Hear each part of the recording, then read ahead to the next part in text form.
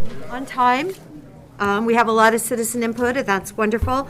Please join us in the Pledge of Allegiance for the Board of Commissioners meeting for February 23rd, 2022. I pledge allegiance to the flag of the United States of America and to the republic for which it stands, one nation, under God, indivisible, with liberty and justice for all. And we will begin the meeting today with citizen input. And thank you, Sharon, Keith, for very organizing our input this morning. The first people we'll hear from will be the Hunnell Road people. Tom Andrade, please.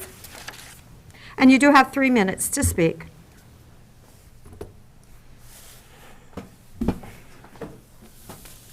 Well, good morning, commissioners.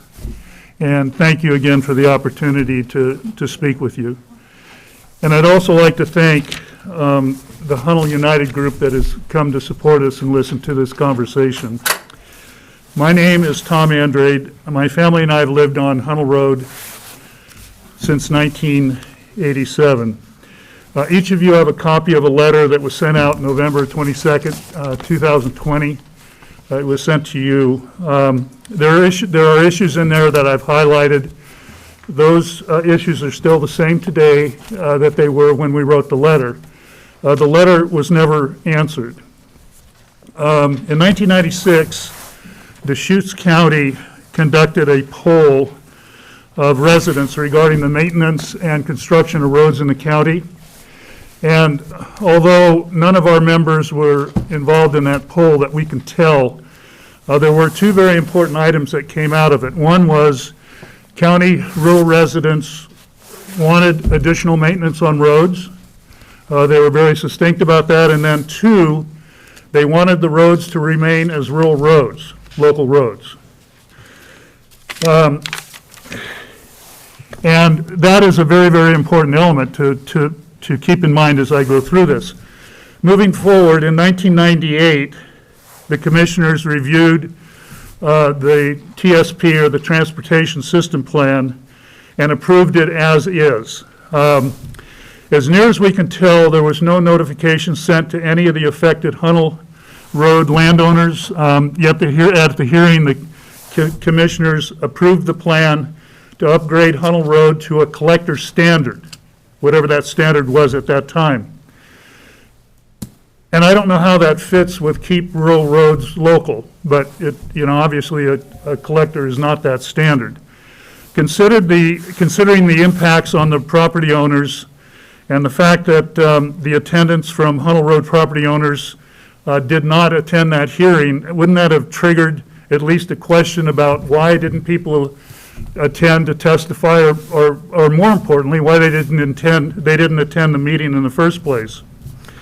In light of the 1996 poll, why was the decision made to make Hunnell a collector? Was there no consideration to solve just the most pressing problem, and that is paving the dirt portion? Why did it take over 20 years to get around to paving a high-use, dangerous section of the road?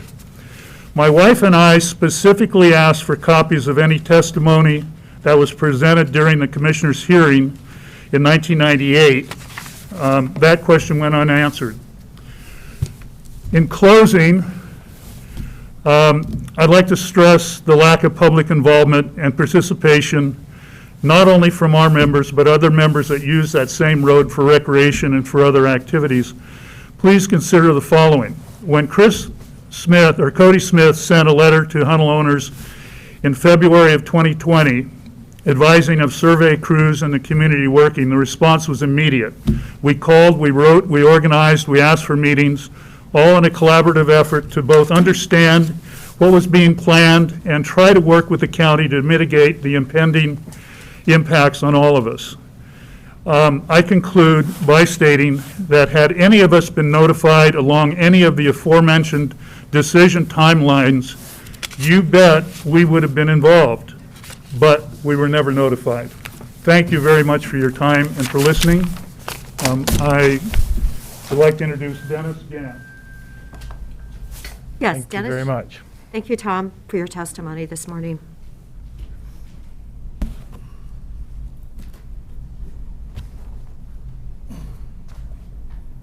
Well, howdy, everyone. Thanks for listening to us today. My name is Dennis Gant. I've lived on Hunnell Road about 45 years. And in the spring of 2020, residents of Hunnell Road were notified by mail that surveyors may be on their property and in the area, and that those individuals were mapping the proposed planned expansion of Hunnell at the direction of the Deschutes County Road Department. Concerned residents called for a meeting with road department officials. We met in June of 2021 at the county offices. In attendance was approximately 10 residents, Mr. Doty and Mr. Smith, the department manager and engineers. The meeting was basically a Q&A with the county sharing information and telling us how it was going to be. There were opinion statements from residents. Residents' comments were not technically testimony, and many of us left the meeting feeling less than fully informed and felt the road development was a done deal and there might not be any recourse. Residents requested another meeting and asked Mr. Doty for that opportunity, and he stated that one would be arranged in September. Time went on and there was no call for a meeting. We checked back, things got postponed, and eventually a Zoom meeting was set for November 18th, 2021, approximately 5 to 6 months after the initial request. What was really lacking from the very beginning was a clear justification for this project. When we asked Mr. Doty for such a justification, his response that Hunnell Road needed to be connected to the grid and that residents in the neighborhood were underserved. The Huns do not feel underserved and would be quite happy if the project was just canceled. There was a meeting in 1998 when Hunnell Road was designated as a collector. No input from the public could be found in the records, and no residents living here at the time have voiced knowledge of such a meeting. There was no communication whatsoever. There was no traffic data of any kind, only an ODOT projection for 2030.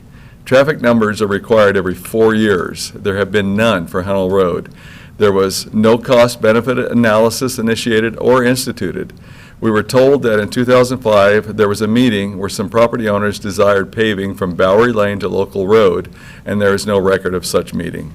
There was another meeting in 2012 when Hunnell was described as high priority. There was no public input. Once again, residents had no knowledge of the meeting. Mr. Doty said that designation came from the decision of the Planning Commission. No record of such a decision was made available to the Huns after asking for it. Between the June meeting and the November 18th Zoom meeting, the county never initiated contact with the Huns. The only communication was in response to resident inquiries. On February 9th, 2021, the Board of Commissioners had a board meeting. It was at that meeting that the board officially announced they were going through with the Hunnell Road Improvement Project. We were not told that the item was on the agenda and were not even invited to attend. The email depicting the criteria of the road design sent to Mr. Byard from Commissioner DeBone contains items that were never decided upon by the Huns. And thank you for listening to us. And we want to try and preserve the rural community. I mean, the road's got to go through. We understand that, but we'd just like it to be a slow 25 mile an hour through there so it doesn't become an old Ben Redmond highway. Thank you. Thank you, Dennis, so much. Okay, the next person is Max Robertson, please.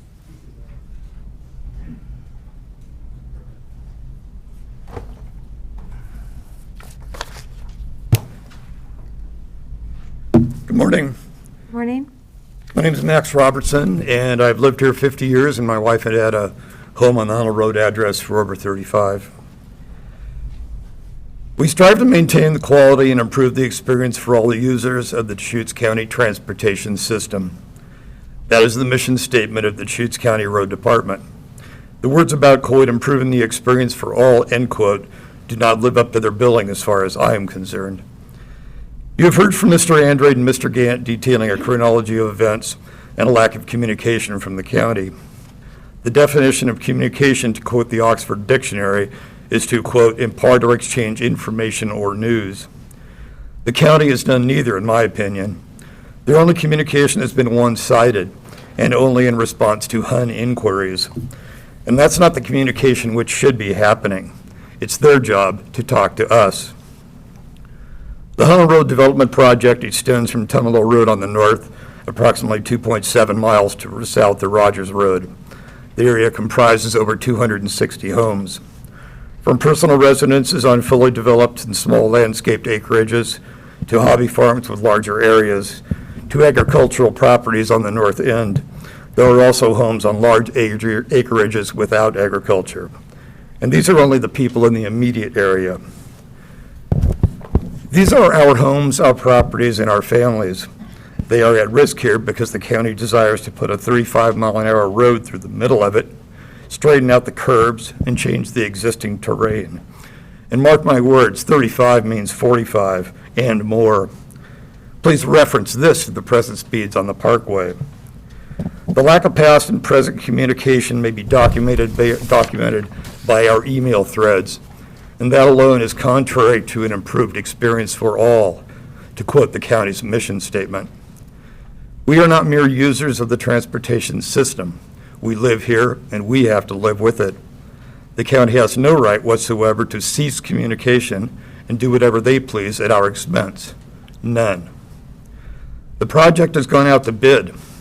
An engineering firm has been selected. Spring is coming and potential groundbreaking. More surveying has been completed. New flags and stakes are in the ground, and nothing from the county. There is way, way more to this than just stalled communication and ramrodded road plans, and I cannot cover it in 3 minutes. I'll save that for Mr. Baird. For me personally, my wife and I stand to lose at least 400 feet of our driveway. My mailbox will be on the other side of this so-called collector. How will my agricultural equipment make a left turn onto Hunnell and Pohaku as it is able to do now? I don't know. My domestic water main and shutoff will be on the underside and on the other side of this road. What happens should I have a line break? Who's moving my line? Where? Whose cost? Those are only the few of the questions that I have, and I'm only one person of many. Maybe someone in the other 259 might have a question. Commissioners, we know very little, and we are tired of asking and being rebuffed and getting nowhere with the county. We need your help. Thank you. Thank you very much, Max. Thanks for Thank you. coming in today. Michelle?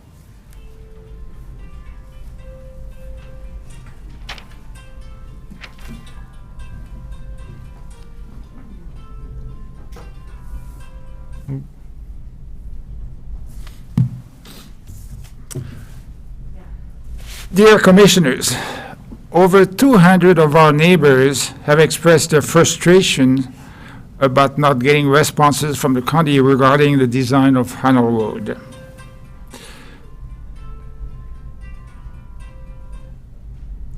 Some of them are in the back of this room today, and many more wanted to come, but the room would have been too crowded. The previous 3 speakers have covered the extent of our frustrations and lack of responses.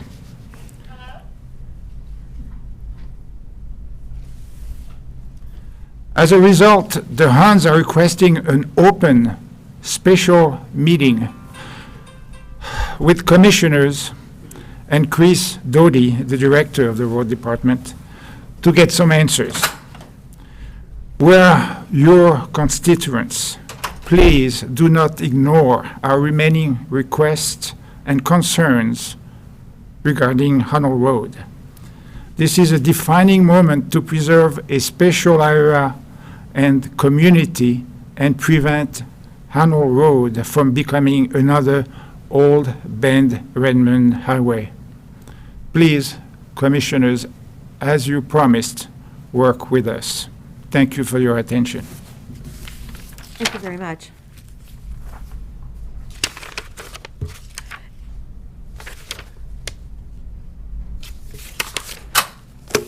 Okay. I believe those, is there anyone else in the audience that does want to address Hunnell Road? I don't have a blue sheet from you if you do. Okay, all right. Now we have the I'll just take a moment to acknowledge, thank you very much. I understand. I feel the frustration. It is a big picture. It's been a long time coming. It has been on the TSP for many years. This is one of those connections that, has been envisioned, and it's getting real close to happening. So I understand the request for, a special meeting on this subject.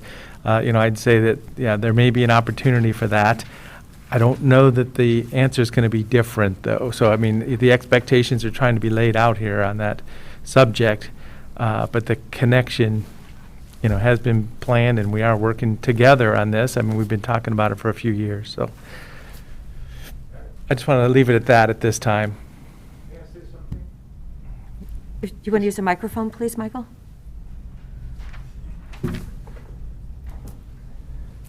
I understand it wasn't a TSP, but what we're really asking is that you consider, we appreciate the fact that you made an effort to accommodate some of our requests, but we have a lot more requests and concerns that need to be addressed. And that's what we want to discuss on a special meeting. Thank you. Thank you. And I know, as driving your street, and as someone who's riding a horse once that got hit by a car, I mean, my husband was. Anyway, I get that you want to keep your rural character, and I know that 35 means 45. Yeah, I understand what you're saying. So, I'm sure we'll be talking to Chris Doty individually after this meeting. Okay? So, Chris, I'm sure you're listening. And, no, thank you for coming in. I know it's got to be so frustrating when you think that government doesn't listen to you, and we do want to listen. So let's see what we can come up with, especially on this cold morning. The Simpson Avenue affordable housing, we have 7 emails opposing that. And we do have several people that have asked to speak this morning. Thank you all for coming.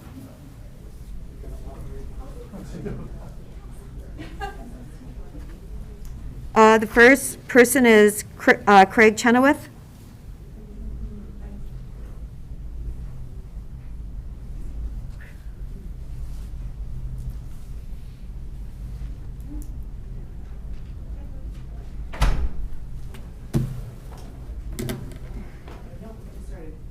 Do you want me to go, or do you want to wait till everyone leaves the room You're almost gone. to settle? Thank you, Chris. Yeah, Or Craig.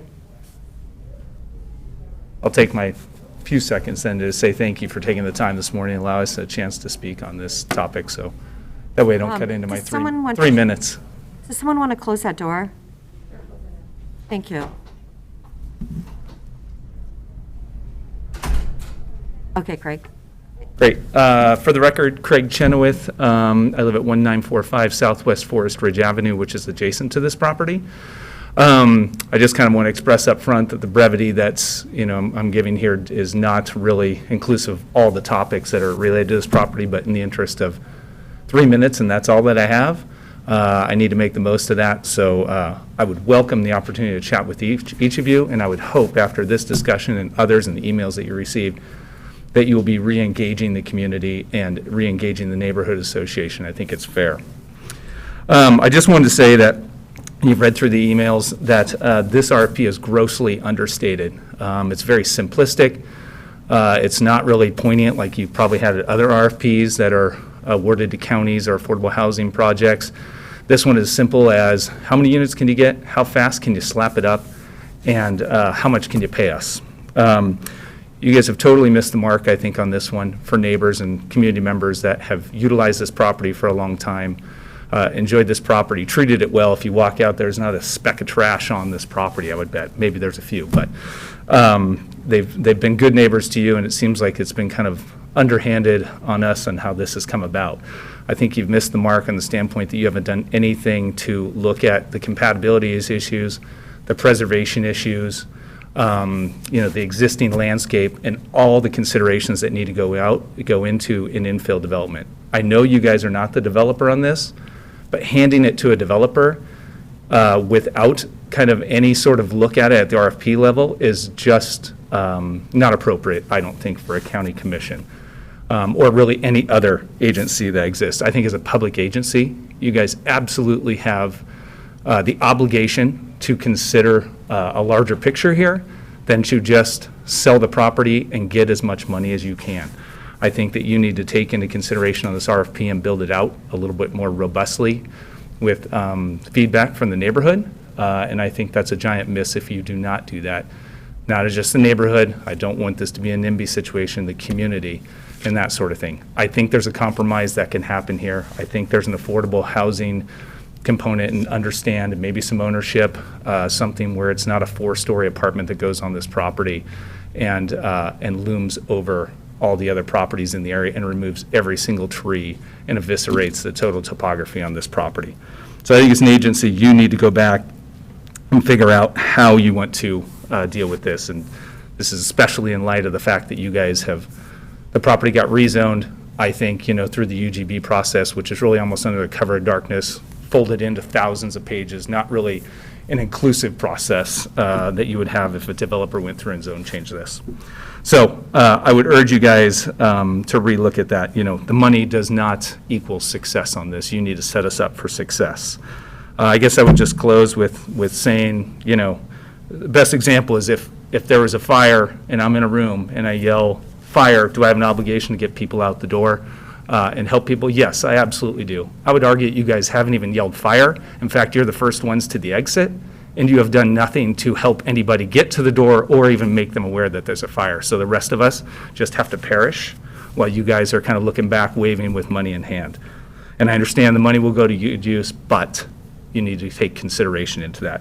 I would ask that you withdraw the RFP and engage us as community members, or at least the people. I've heard nothing from you guys with really much of any substance regarding this issue, and we've spent a lot of time and energy to basically let the neighbors become aware of this situation, which they knew nothing about it, and if I had not stumbled upon it and made them aware, they had zero idea what was about to happen in this neighborhood. So thank you for the extra time, and I appreciate it, and I look forward to hearing from each of you a great deal. Thank you. Thank you. you. Dana Wilson, please.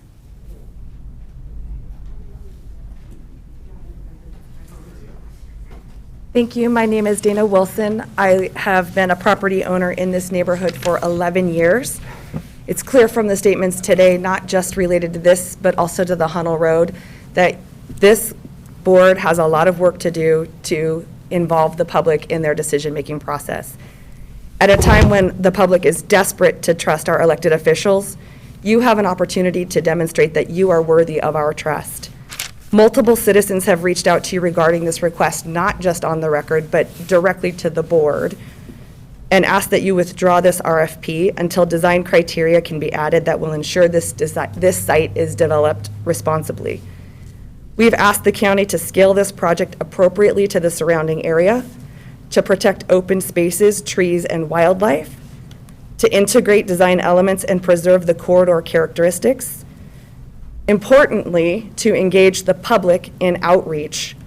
We'd like you to minimize the impacts such as noise and light pollution to the neighbors and ensure that affordable housing is actually delivered. I don't know if any of you have taken the time or effort to actually go and view what design proposals are being submitted to the city. You have access, City View, sign up for it, go look. Go take just a stroll through what is actually being proposed. This site, multiple of these designs are 4-story buildings, 300 plus units, 300 plus parking spaces. We're talking about an absolute, as Craig said, evisceration of this site with zero compatibility, zero effort to try to integrate with this neighborhood. If you really cared about affordable housing and the people of Deschutes County, and I do want to remind you, the city of Bend is in Deschutes County. The west side of Bend is a part of Deschutes County.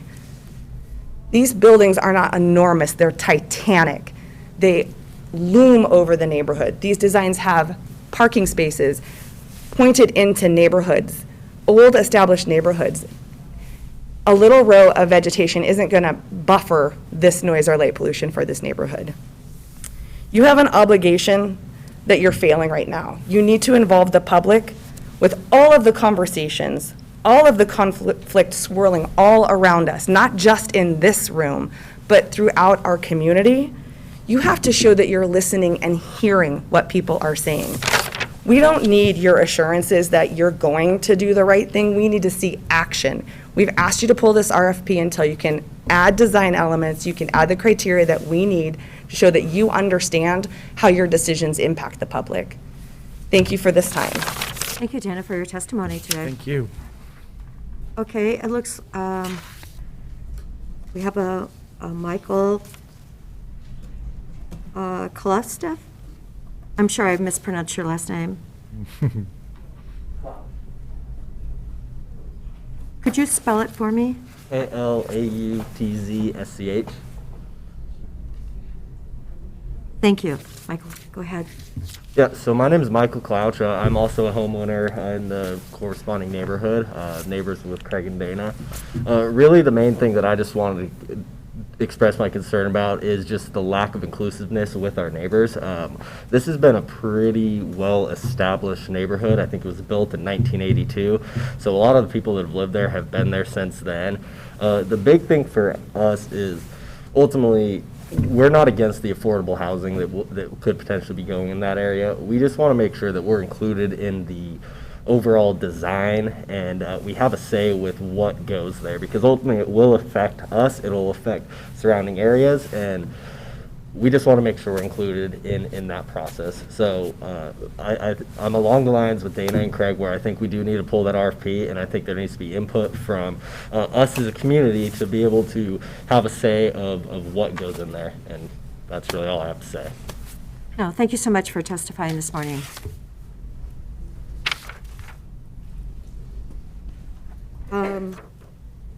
Brian Gingrich? Gingrich? How do you spell your last name? Gingerich. Thank you so much. Couldn't quite read it. Thank you for the opportunity to express my concerns this morning. I sent an email to all of you as well, which outlines where I'm coming from with this. I live at 1927 Southwest Forest Ridge. I've been there for 10 years. I've lived in that general neighborhood for close to 30. I've never opposed anything in the city of Bend or Deschutes County before, and I'm not really opposing this. But what I'd like to do is echo what I heard from the Hunnell Road people today and from my neighbors just a few minutes ago, which is this is an opportunity to include us in something and get ahead of it and put something together that we're proud of and can live with, as opposed to it being sort of waking up one morning and there's a bulldozer in my backyard. The legislative zone amendment or change is frustrating to me because it's a process that is exclusive. We don't know about it. We find out later. There's nothing we can do about it, obviously. I'm aware the property is going to be developed, and I'm not opposed to development. I would just like to be involved from as early in the process as possible. Thank you. Thank you, Michael. Thank you. Okay, I believe that's everyone, and we do have 7 emails too, so thank you for those. We have some emails here from CPACE. It looks like Todd, is it Gray? He should be here. Mr. Gray, is he available? Stephanie?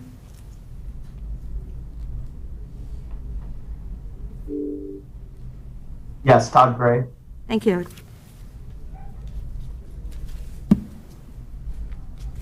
Okay. Well, first of all, I want to thank you for allowing me this time to talk about CPACE and give our support for potential to adopt CPACE in Deschutes County. As I indicated, my name is Todd Gray. I'm the Chief Financial Officer for Mary Hotel Management and Vice President of Finance for Saipan B Corp.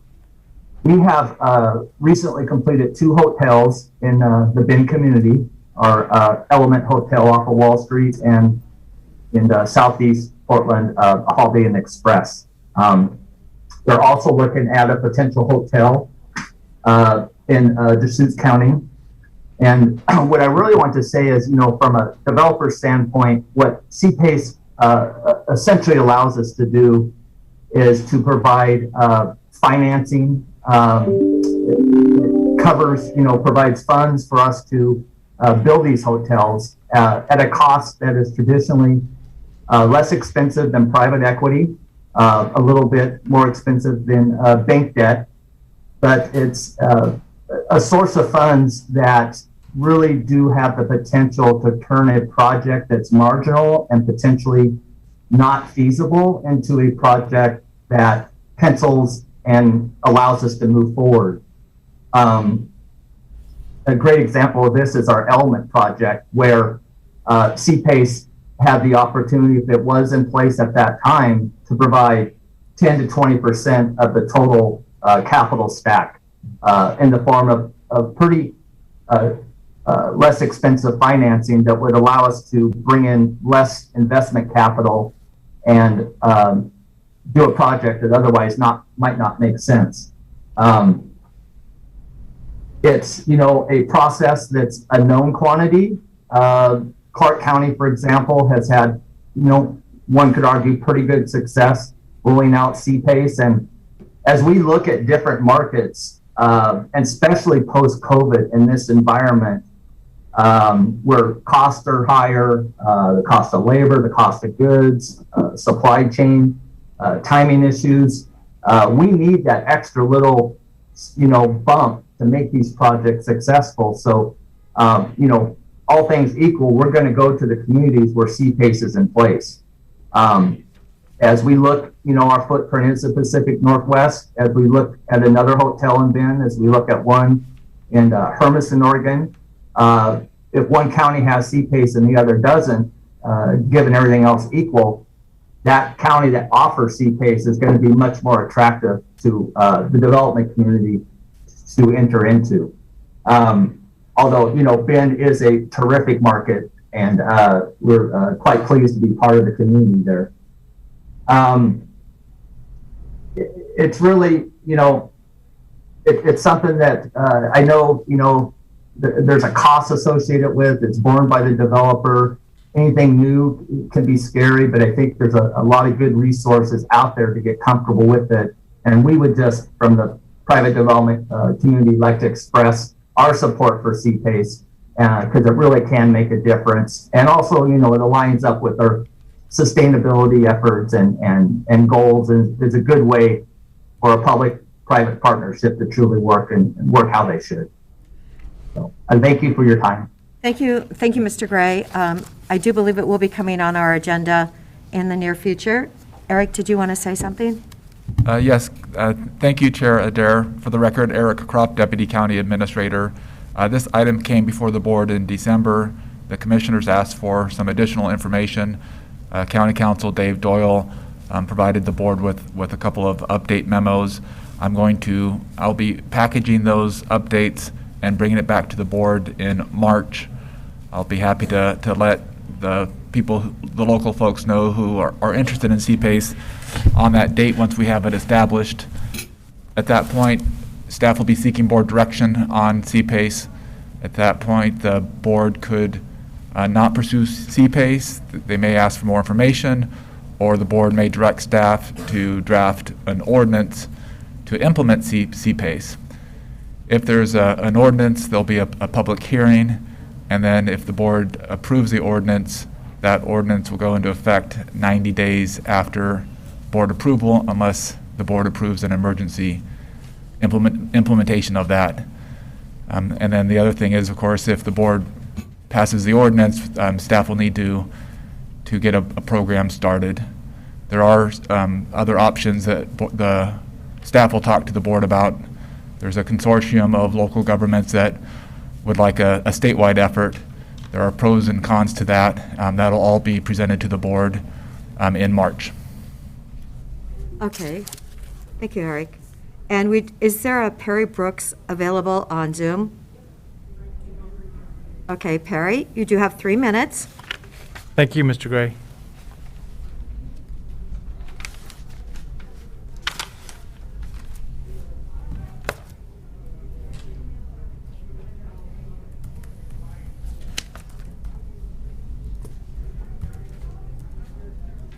Can you guys see me now? Yes, we can. Great. Awesome. All right. Well, thank you for the opportunity to address the commission on the CPACE and the development of that program. My name is Perry Brooks. I'm a partner in a small development company located in Bend called Roost Development, and we build mostly multifamily projects. We encourage the Commission to approve CPACE and implement this invaluable tool for developers as soon as we can. This will help in developing funding strategies to inform performers and make decisions on building performance. As small developers, every dollar counts, and utilizing CPACE will help making performance decisions for the building, saving energy and water.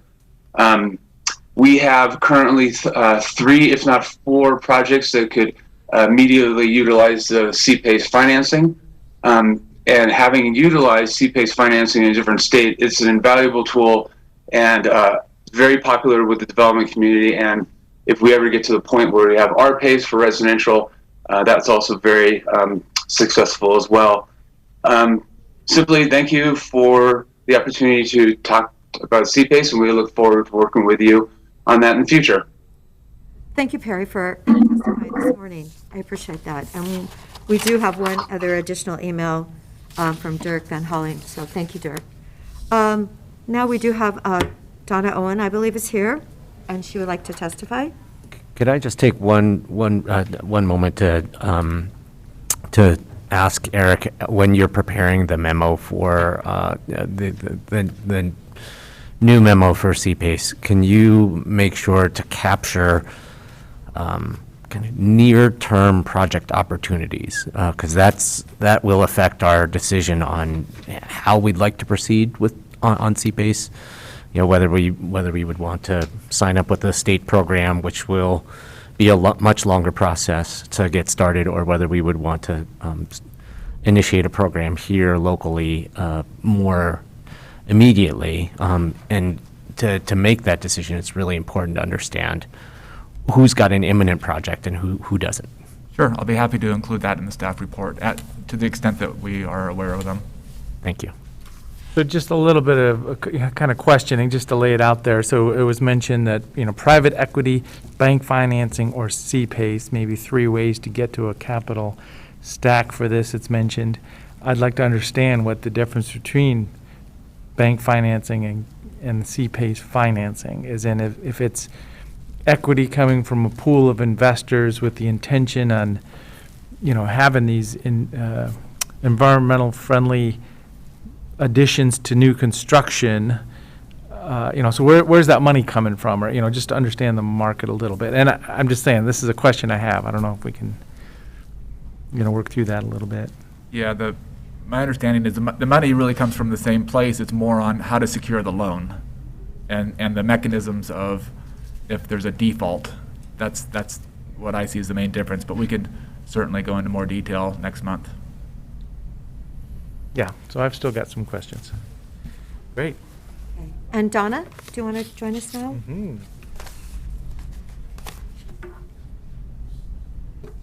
And we do have 3 emails in supporting saving Worrell Park. And we did have, I believe, 41 2 weeks ago. Good morning. Thank you. My name is Donna Owens. Do you know when you feel passionate about something, you just can't let it go? And you've been hearing a lot of passion this morning on a variety of different topics. And I feel passionate about Worrell Park. I just can't believe it's even being considered to be redeveloped into a 68-space parking lot, and that 34,700 cubic yards of material from the park will be blasted away and hauled off with big equipment somewhere with, and these are your estimates, not yours, your staff's, 3,470 dump trucks. Those are 10-yard dump trucks, I guess. And be replaced with black asphalt, curbs, lights, irrigation, and plants that don't grow in Central Oregon unless they have to be watered, mowed, and likely fertilized, so that in some of your minds, it can still be called a park at the price of an estimated $2.5 to $2.8 million. How does this make sense? Why is this even an option? I urge you to reconsider your vote to direct staff to pursue a project RFP to redevelop Worrell Park into a parking lot. In 1997, the people in your seats, the county commissioners, made it a park, a county park, for the public to recreate and enjoy as open space. I urge you to let it stay that way, keep it that way. Thank you. Thank you, Donna. Thank you. Thank you for coming today. And is it possible to have a Doreen Ty on Zoom regarding Bend Municipal Airport? Thank you so much.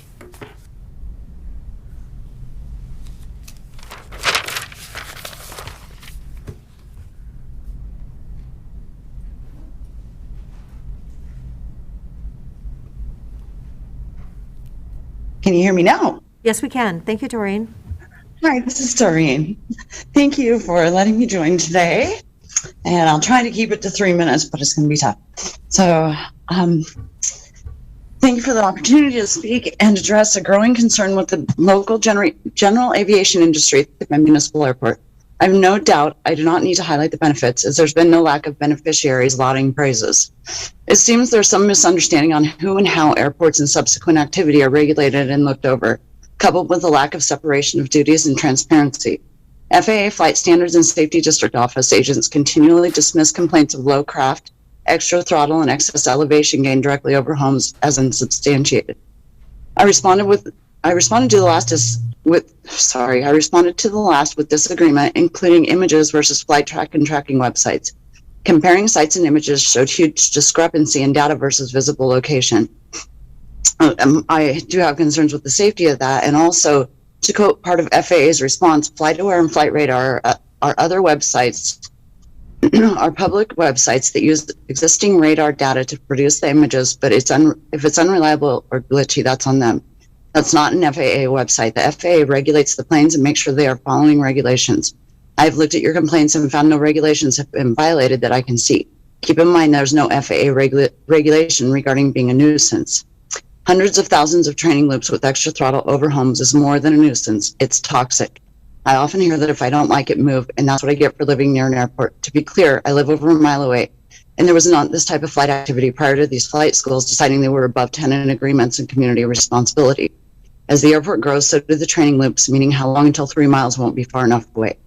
And with all the wide open spaces here, why have these flight paths been developed directly over the few houses there are out here? Environmental justice issues seem to be an ongoing challenge with this industry. There are many communities limiting and or closing down their general aviation airports based on the community impact-led studies done at Reed Hillview and released this summer. Though to my understanding, the FAA has stepped in and demanded they stay open for another 10 years based on grant assurances. So what does Ben Mini do? Roll out the welcome mat and red carpet without regard to the humans, farms, landscape, and animals here. You can find the whole report online if you don't want to read it. There's a video. If our city, county, state, and the aviation companies themselves won't quit pretending there is no problem, like lead staying active in lived environments for 1,000 years or sweeping concerns aside, perhaps this technically advanced industry would begin to find coexistence solutions which address the real impact to people, wildlife, ecology, and livability instead of moving to smaller areas with less ability to take on this massive problem. And community leaders wouldn't be left feeling complicit in widespread harm to their constituents, leading to radical actions like trying to shut down airports. The EPA, FAA, DEQ, and more have endless stats on devastating impacts of noise, vibration, lead, PM2, and the other 200 plus chemicals in aviation fuel. Our city, county, state, country, and the world at large is tackling a reduction of emissions and pollutions, but bear in mind there is no amount of electric vehicle charging stations and use of less plastic that can offset the 1,000-year effect of lead, not to mention all the other environmental and wildlife destruction in this safe general aviation push. I actually ran across a website called Safe People Not Planes. I think it says a lot. Please address the transparency issues of holding separate meetings, as I don't see our community in airport meetings, a community that is likely affected through tax pollution, funding streams, etc., despite their lack of knowledge. Dig into the real costs of allowing this level and type of unabated pollution and the business process which facilitates the silencing and dismissal of adverse effects while paving over farms to expand pollution and create discounted and or rewards for DVBE businesses, a true and undeniable environmental justice issue. as EPA, DEQ, and more have acknowledged minority and disadvantaged communities already sustain a much higher exposure to known pollutants. Meanwhile, we have an urban exodus moving here for a natural beauty outdoor mecca, quieter and slower pace. This creates incredible growing pains and challenges. I do believe we run afoul by meeting this challenge by growing pollution behemoths, inviting same revenue streams, and accepting grants to which consistently demonstrate a profit over people, wildlife, and landscape model. It's imperative we protect our fragile, drought-ridden high desert, people, animals, and landscape, which is precisely what makes our area desirable. Protect our farms and our people, and that which makes us sought out. Thank you. Thank you, Doreen. Did you want to give your address on the record? Can you do that? You don't have to say it out loud, but we don't have it on our blue sheet. Yes, I will email it to you. Is that what you'd like? Yeah, that would be fine. If you want to email it, that would be lovely. It just says Bend on it. Thank you. Thank you. Thank you. Stephanie, do you see anyone else on Zoom? No hands. Okay, great. All right, thank you so much. Thank you for that testimony this morning. I do appreciate hearing from our community. The consent agenda?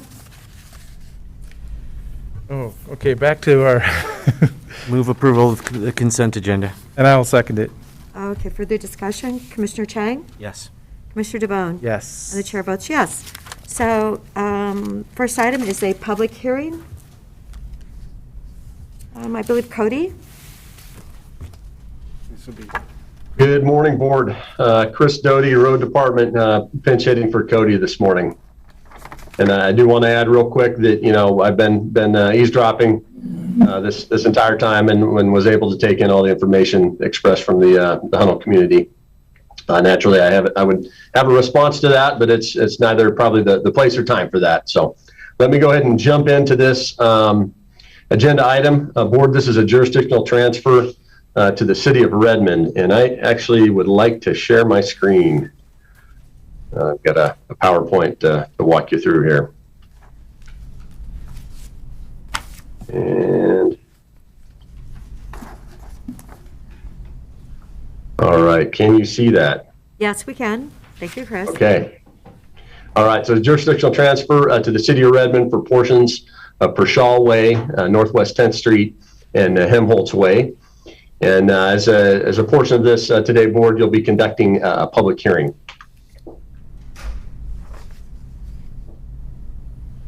All right, so additional items, kind of want to walk you through some background information, discuss the road department's recommendation.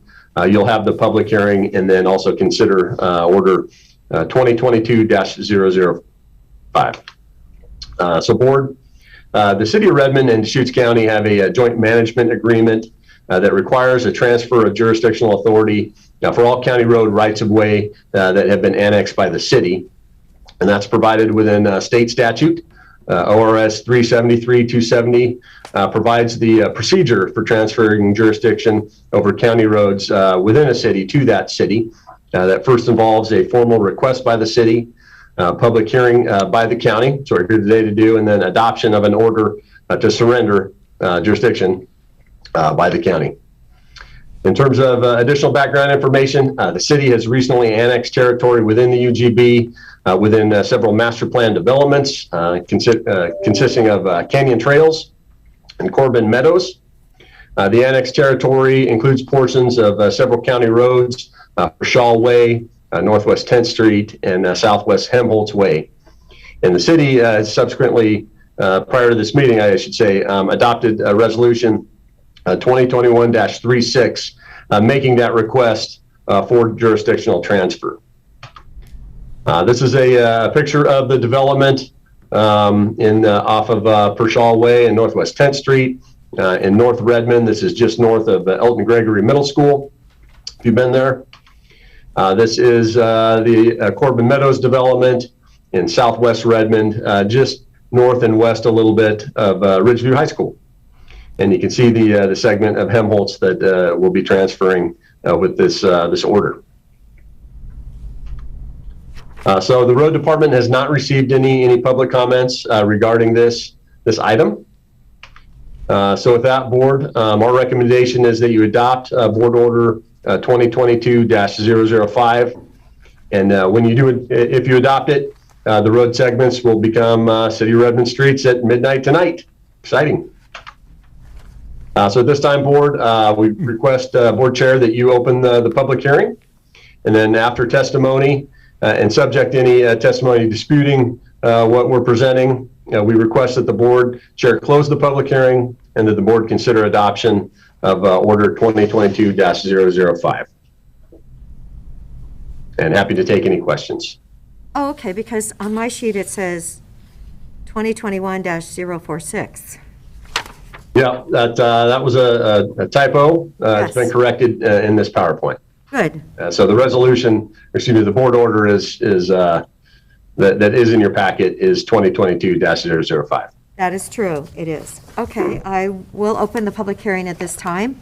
Do we have anyone in the room that wants to testify? Stephanie, do we have anyone on Zoom that has a hand raised to testify? Okay, all right. Are there any comments from the board? I do have a question. So, Chris, this would be for you. What's the continuity of the ownership through there? Are we connecting other segments that are already maintained by the city?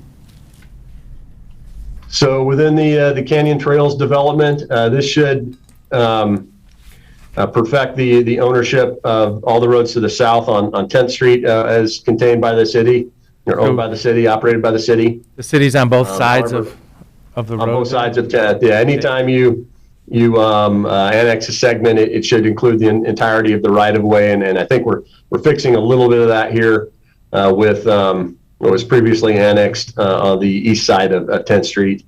And then the segment of Pershaw will simply be a small segment that is adjacent, that is connected to a county road. So to the east of this Canyon Trails development, all the way to O'Neill Junction, that is within the UGB, but that area has yet to annex, but eventually will become part of the city and a city street. Everything mostly to the west of where this is shown will remain a county road. On Helmholtz, similarly, there will be just a short segment that will be a city street segment. We are working with the city to consider an amendment to the joint management agreement, similar to the one that we feel we have with the city of Bend, that would have them extend ownership to the nearest point of city connection when they annex roads, so that the customer isn't driving on a county road, driving on a city segment for a little bit, back to county road, so on and so forth. However, we don't have that provision within the joint management agreement with the city of Redmond just yet. So that is something that we'll be working on in the future with them. Yep, and that's kind of the concept I'd be understanding, because, going back and forth is awkward. Unless one is contracting with the other for maintenance. Yeah, and we work together as operational departments. Yep.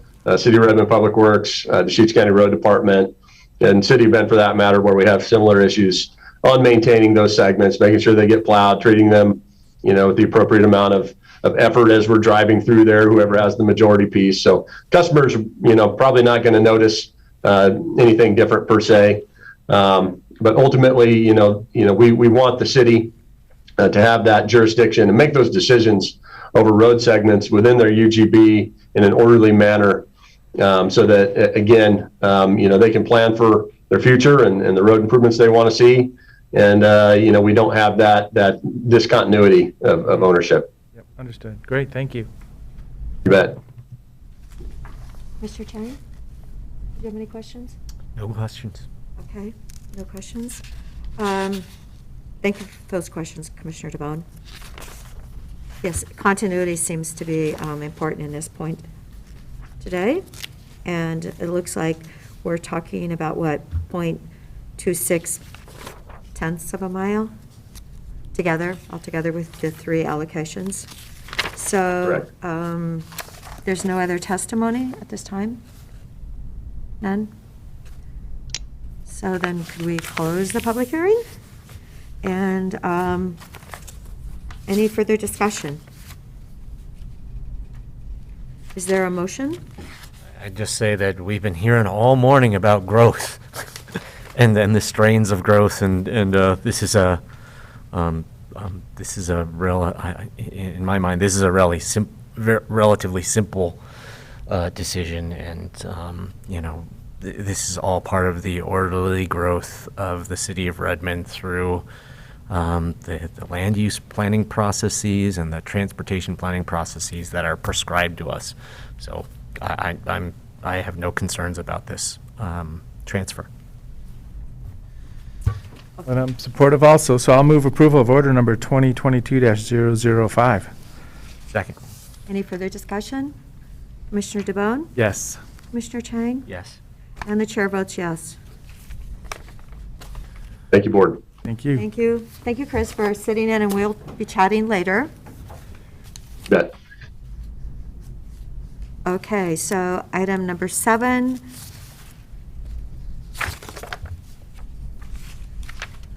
Janice Garceau or Shannon Brister? Janice? Good morning, Commissioners.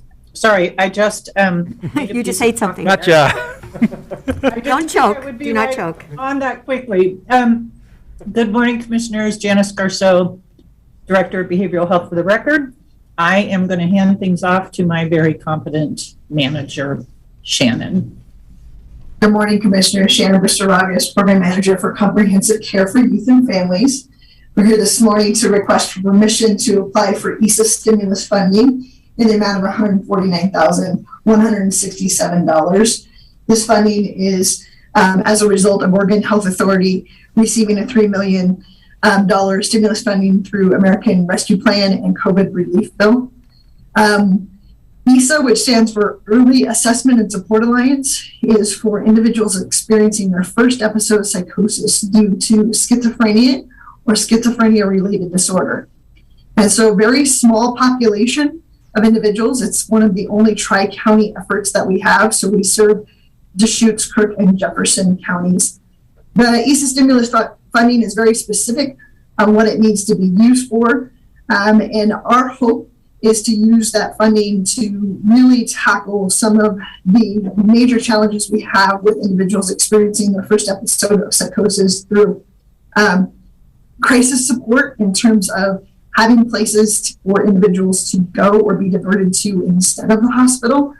We reached out to the Bethlehem Inn, who was interested in negotiating with us a contract for some beds or purchasing those beds in advance, so that's available. We also want to use the funding to explore rental assistance, as we know it's really difficult to get rentals. And even when we do, if our clients have the ability to fund renting, it costs a significant amount just to get in terms of first, last utilities and all of that. So, and then finally, we were looking at some training and harm reduction along with the purchase of fentanyl test strips. We are in a national opioid crisis. We know we are losing individuals to fentanyl-laced synthetic opioids, and this is one tool that we can use to do that. Just for perspective, we had 68 clients in ESA last year. Of those, only 16% are hospitalized. However, that compared to our homeless clients that are in ESA, 50% are hospitalized. In addition, only 4% of our ESA clients are involved in the legal system, compared to 83% of our ESA clients who are homeless. So this grant is really going after just under $150,000 to be able to mitigate some of those needs and to be able to support our individuals for experiencing first episode of psychosis. Okay, thank you, Shannon. I have one question. Is this the Oregon Health Authority's decision to go directly to ESA? Is that, so, I mean, that's yes, kind of prescribed path. Yeah, a very prescribed path that's laid out in the very first, it was kind of the very first segment. And there were 6 bullet points, I think: help with a vaccine, help getting healthcare coverage, buying food, rent, employment, and addressing substance use. So it was definitely a very narrow path. Thank you.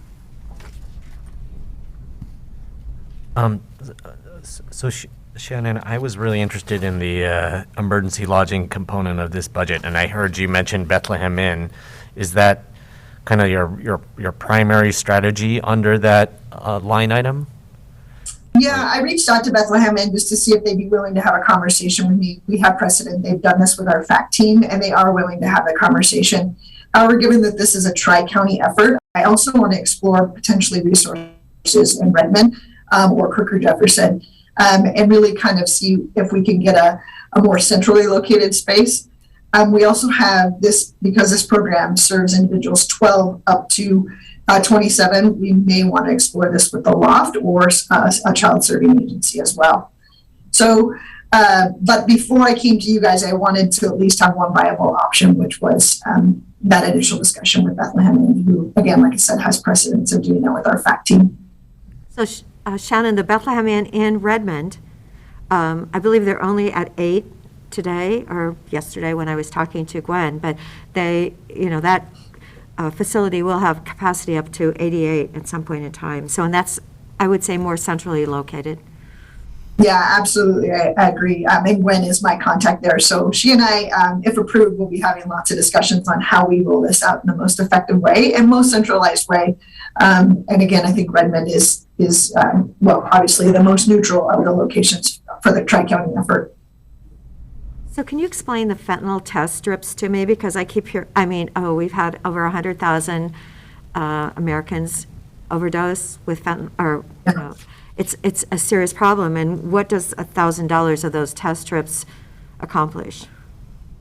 Yeah, so it's a test strip that we can give to individuals where they, obviously we're not testing any of the synthetic opioids or opioids in general, but someone who has an opioid addiction can be given these. And if they choose or if substances are involved, they can test the product before they use it. This would prevent potential overdose. It would prevent the use or need to use Narcan. So it really is a prevention. It is only effective if it's used, but it is one more tool that we can give individuals who are struggling with opioid addiction. So how many tests do you get for $1,000 then? What does each one cost approximately? Yeah, each test costs about $1. So we get about 1,000. Yeah. Okay. So they're not too bad. With Janice, our team is the first ones to roll this out within the county. Where actually the ink is still wet, so to speak, on the policy.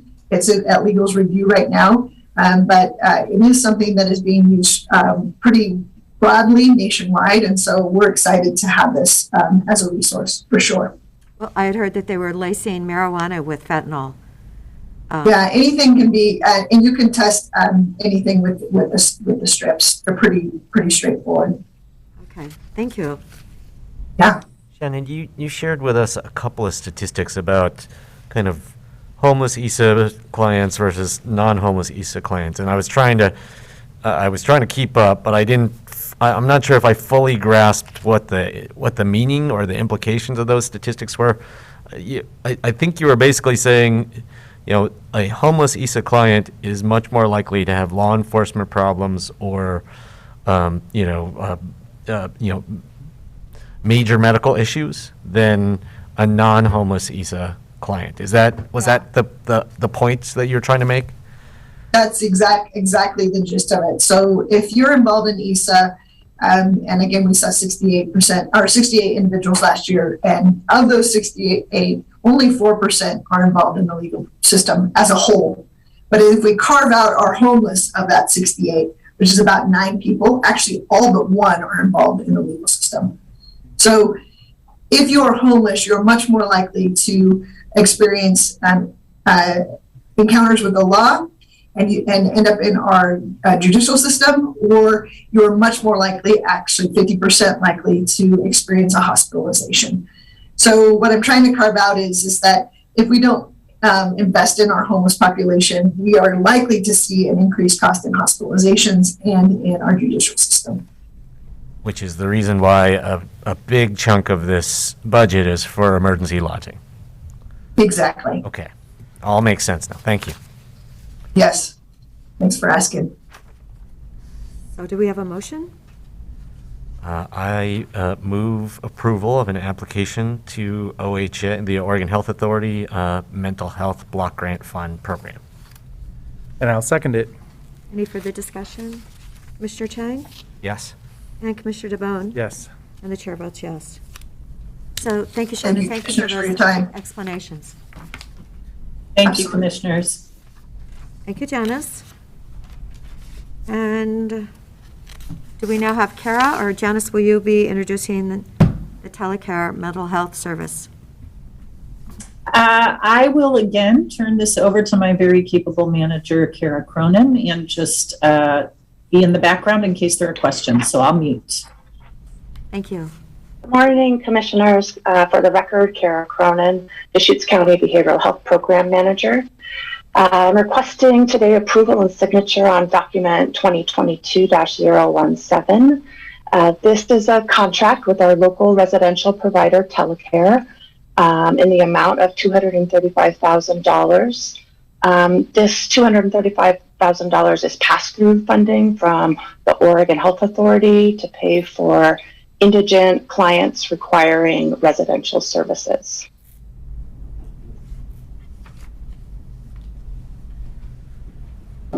So it's pretty exciting to be able to, have this 16-bed facility. I know that Commissioner Dare's been talking about, the state stepping up to have the mental health treatment beds. Could you put it in perspective? What level of care is this, I guess, is my question. This covers our secure residential treatment facility, the 16 bed. So that's a locked facility, 24-hour staff, nursing, psychiatry, a step down from the state hospital, but very high intensity services. This also encompasses our 2 residential treatment homes, which is a step down from that. It's 24-hour staff. There's not nursing. It's not locked. So it encompasses those 2 levels of care. Great. So the kind of the different levels of care would be state hospital, residential treatment facilities, and then this. State hospital, secure residential treatment facility, which is this, and then residential treatment facility as well. Those are kind of our three stages here in Deschutes County. Got it. Thank you. And when Dave and I were talking recently about our civil commitment population, there was discussion about how if there's no state hospital space for people and there's very limited space at Sageview, how sometimes there was efforts to kind of route some of those people to, the next stage down or the next 2 stages down. Is that what we're talking about here? This is the place where sometimes people try to send people that really should be civilly committed, but it doesn't necessarily, it's not an adequate level of care for those folks? Sometimes yes, sometimes no. As you know, we haven't had a civil commitment in the state hospital in over 3 years. So when we civilly commit somebody, we're often looking for a placement that is like one of the telecare homes or the residential or secure residential facility. So usually the acuity of somebody who's civilly committed is quite high, and the appropriate placement would be the Deschutes Recovery Center, the 16-bed facility. Sometimes they're full, and we are looking at other options and scrambling for other placements. But this is filling some of that state hospital logjam in our community. And Kara, you can correct me if I'm wrong, but I believe this facility also helps us house individuals who are placed on Psychiatric Services Review Board or Security Review Board. I always forget what the S stands for. But these are folks that we are required to house in our community when they have been released from the hospital where they were placed because of a finding of insanity, and they're completing the conditions of their release in a secure, locked residential facility. And I believe this facility also occasionally houses our aid and assist population who has to be housed in the community when there's nowhere for them to go at the state hospital. So it is in particular the Deschutes Recovery Center, the 16-bed facility, meets a whole host of needs that are much larger than the beds available, and also serves people from out of the county on occasion who require placement here. So lots of need being met by this one location, and then in some instances by the step-down residential treatment facilities also supported in part by this contract and other dollars as well. Correct, yeah. You know, what I'm noticing is it's 16, and 16 is the number that's the federal limit of funding. And truly, maybe we need to ask Congress to increase that number of 16 up to 20 or 24 or something. But truly, yeah, limiting to 16 is not working in the world we have today. So, yeah, just, I'm like, okay, what was the magic of 16? Can one psychiatrist handle 16 people? Now, do they have to have a psychiatrist available 24/7? I know the facility in Hermiston actually closed in 6 months because they could not attract the right kind of help for the a 24/7 help in order to have the federal funding. Yeah, licensing is licensing, and they have very specific requirements of staffing ratios, and it's been very hard psychiatry is always a real barrier to have consistent psychiatry, especially in rural areas. So yeah, you're right. The licensing is 16 beds. And right now that's kind of the rule we're living under. I know. I was just thinking well, maybe we should try and increase that rule.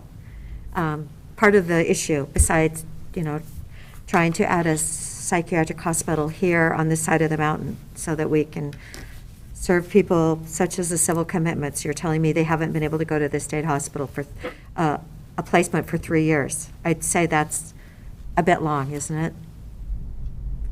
You're preaching to the choir. Yeah, okay. Thank you, Kara. Are there any other questions? I mean, I would put out a request that at some point in the future we have a work session where we explore essentially where we explore secure residential and residential treatment, how we get more.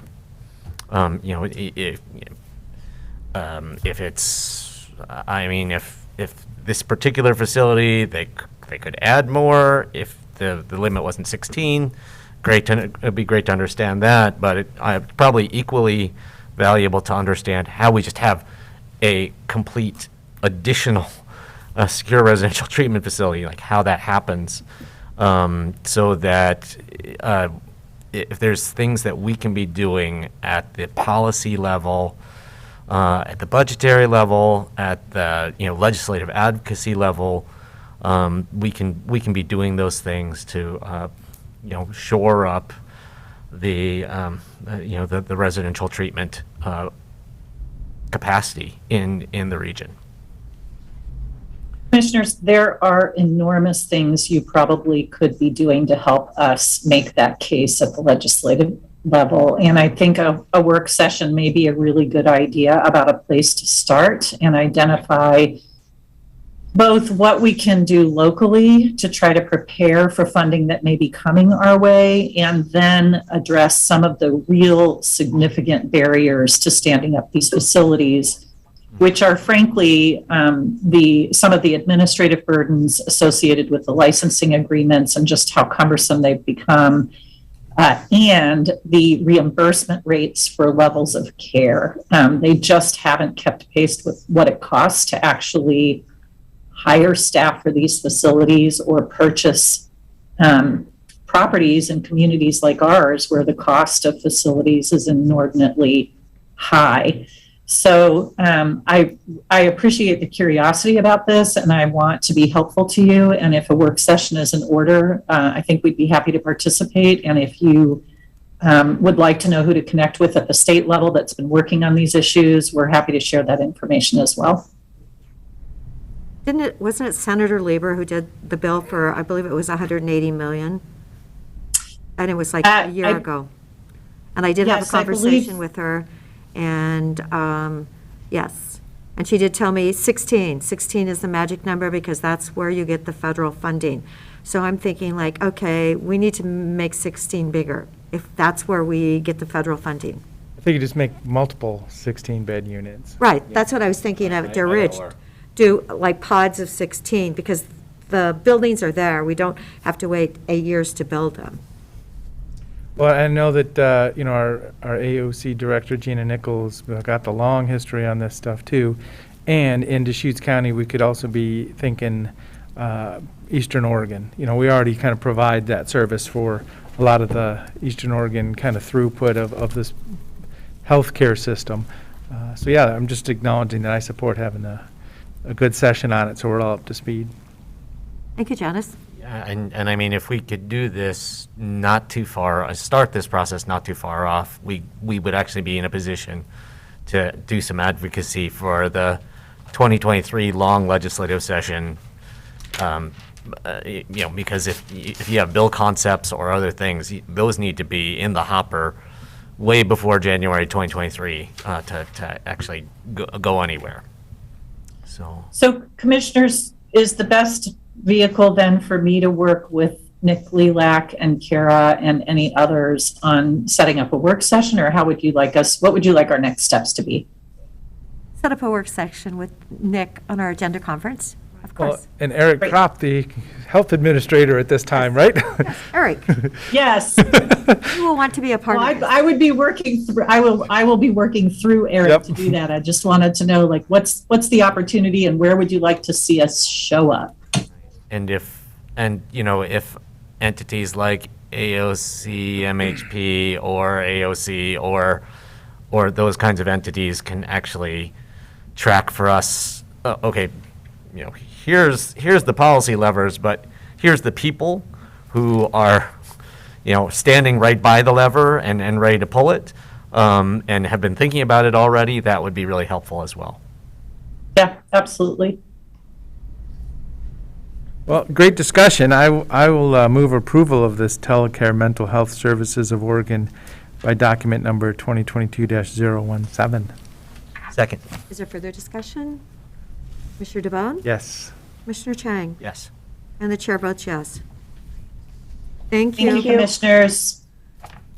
Okay, item number 9, looks like Kathleen and Trophy. Morning, Commissioners. I'm here with Kathleen, seeking consideration for board signature of the Premise Health Agreement, document number 2022-57. This is for the Deschutes On-Site Clinic Health Center. I'd like to give you a little background on our current operations and what we do over there. As you guys are aware, the county is a self-insured health plan. This allows us a lot more control over the costs on our health plan, and it also allows us to customize our health options through our health plan, including services at the doc and the doc pharmacy. This model has worked very well for us over the last 10 or so years to keep our healthcare costs down. The health center and pharmacy have been in operation, as you guys are aware, for about the last 10 years. We have a very high utilization over there. The health center runs at almost full capacity most of the time. A majority of the prescriptions that are filled for our folks that are on our health plan are filled at our pharmacy. We also provide extensive wellness services through the doc health center, which are utilized by a majority of our folks as well. We also provide medical staff over at the juvenile detention center. That's part of the staff that works at the clinic. They also provide staff over there as well. So last year, the county requested proposals to take up operations of the health center and/or pharmacy. So we did that last spring. We actually had 7 vendors, providers submit proposals, which was great. Both of our established providers submitted proposals. Primus Health is one of those. They operated our pharmacy. MedCorp was operating our clinic. Through the selection process, we awarded those contracts, both of them, to Primus Health. They had submitted proposals to operate both the clinic and the pharmacy. We have a long-standing relationship with Primus Health. They're a great partner with the county. They've provided great service through the pharmacy, and we anticipate that they will continue that through the pharmacy and now with services at the clinic. So they took over operations of the clinic January 1st of 2022. If you haven't been over there, you've probably seen the refresh that we've done, new flooring, upgraded, repainted. They brought in new automated systems, so they're up and running over there.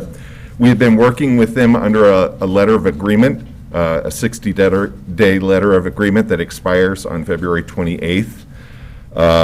We were doing that until we could define the scope of services that would be offered over there. It's a pretty robust scope of services that are offered at the clinic and juvenile detention and at the pharmacy as well, and we wanted to make sure that we captured all of those properly. Over the years, it's kind of grown and expanded, and we wanted to make sure all of those services were captured in the service agreement, so that's what we've done. So now we're asking the board to approve those agreements. We actually have two separate agreements, and you'll see on the agenda, there's two separate agenda items. One is for the clinic, health center, and the other is for the pharmacy, and the reason we had to split those out is because Primus works with Walgreens on the pharmacy side, so that necessitated an entirely separate agreement. We were hoping we could combine the two into one, but we had to split it out into two separate agreements. So on the Doc Health Center side, the services that are provided over there are for employees and dependents that are on our health plan. That includes COIC, we partner with them. Their members are also on the health plan. Black Butte Ranch, we have a small number of folks at the Black Butte Ranch Sheriff's Office out there that participate on our plan. Also, all of our retirees that elect to stay on our plan as retirees can use the services there. And then anybody that's on COBRA that has left the county, they have up to 18 months of continued coverage if they elect, and they can continue to use those services. This model over there has allowed us to really control our healthcare costs. It's convenient for our members on the health plan. It's easy for them to get in. There's not a long wait time. They can go over there and get primary care. They can have their lab work done there. And then they also have limited urgent care services over there as well. As I mentioned before, we also have an extensive wellness program. This is more on the prevention and management of chronic conditions, which is another great way to help keep our healthcare costs down. If we can manage these chronic conditions and keep people happy and healthy, it really saves us on the healthcare costs. And they also provide work-life balance. All the services they offer over there help people stay active, fit, and just, hopefully living healthier and keeping our costs down. The health center also provides staff, as I mentioned, over at the juvenile detention center, so there's some limited medical staff over there, and that would also be provided by Primus Health. So that's the health center side, and I'll pause there, and if you guys would like to consider or discuss the health center. Well, great bullet points. We do know that it's been a great investment, the 10-year history on this. This is switching the contractor, kind of the business case behind it, but it's the staff over there being able to help make connections with our staff and, think about the long-term health of everybody. Keeping it cost-effective is the goal, bending down that total cost curve, which has been pretty valuable through the last 10 years, so pretty darn exciting. I look forward to everybody getting back to a kind of a health maintenance mindset after a couple of years of a worldwide pandemic. So that's our next step, probably our next job to do for each person. Right. And it's nice to hear that it's been refreshed. Yes. And truly, I hope more people are using it. the fact that we have so many elective procedures in this area that haven't been done. People really need to get back to taking care of themselves, the whole person. So thank you for this presentation. I'm a big fan of the doc, and sounds like this was a sound process for award of this contract. I guess the only thing that I'm a little puzzled about is if Premise has been operating the docks since January 1st, why are we doing this now as opposed to sooner? Right, so the service agreement, it's our standard service agreement, but it was the actual scope of services that was a very big lift. And there was a lot of negotiation back and forth on what they could provide over there, because the previous provider, MedCore, had organically grown the services over there, and a lot of that was not captured in the existing contract, so we wanted to add that. We also wanted to make sure we captured all the reporting. One of the big things that we wanted was to make sure that they could demonstrate a return on investment over there, and that's one of the current, the previous provider couldn't really do for us, so that was something, and we've been working on this service agreement for months, and we came down, we got to the end of the year, and they were coming in, and they were going to start operations, so we figured let's do a letter of agreement for 60 days, and then really hammer out this service contract, the service agreement, to make sure that we captured everything properly. So yes, this should have been in place before they took over, but we worked with legal and had this service agreement in place, and I think now we've got this very robust contract that captures everything that we want. One of the big things, as you guys are aware, we wanted to keep our staff, and that was they wanted us to have a non-solicitation clause in there, so we negotiated back and forth and finally got that removed, so that if down the road we switch to another provider, the staff can stay if we want to keep them. So that was one of the, I wouldn't say sticking points, but it was one of the things that we kind of had to come to an agreement on, and that's why it took a little longer. Thank you for the question. So then, just one other concept, the kind of the total budget for the next 5 years. Are there, this is for the clinic itself, is it, pretty stable budget? Because it shows the escalation in the total expenses lines here, but my point is it a variable that, I got to imagine it could be variable, because there's just a lot of moving parts in the world. Yeah, so they're fixed expenses, which are like their admin fees and everything like that. Those are capped at 3% annually. The variable costs, which are supplies, the lab costs, things like that, are variable, and yes, they could go up. We feel that we've done a really good job of predicting where there's going to go in the next 5 years, but we have capped those fixed expenses to try to minimize that. But yeah, there's the unknown. Yep. What are suture kits going to cost? Going to happen, yes, understood. All of that good stuff. Well, and thanks. All the products made with petroleum and how that's going to. Right. Right. Everything. There's going to be. Yeah. It's going to be all over the place. Well, and thanks for the partnership and legal's help on this. I'm sure it was a big lift, and very focused to try to really get it over the finish line here in the 60-day period. So thank you. Okay. I'll move approval of board signature of Premise Health Agreement document number 2022-057 for the Doc Health Center. And I will second it. Any further discussion? Commissioner Chang? Yes. Commissioner DeBonne? Yes. And the chair votes yes. Okay, so now we have the pharmacy. So again, we are seeking consideration for board signature of the Premise Health Service Agreement document 2022-058 for the Doc Pharmacy. I gave you a lot of background on the pharmacy as well. The pharmacy was operated by Premise Health already. We have a long-standing relationship with them. They were already coordinating with the Doc Health Center, but now that they're under the same roof essentially as the same provider, there will be a lot more coordination of care. So we actually had them install, we call it the bat phone, where the clinic can actually call over to the pharmacy if there's a prescription, and they can write the prescription right away and fill it, and then the patient can go right over from the clinic to the pharmacy and get their prescription filled in usually less than 5 minutes. So it's a great service. All of the drugs that are dispensed out of the pharmacy are wholesale through our pharmacy benefits manager, Northwest Pharmacy Services. So we're able to reduce the costs there.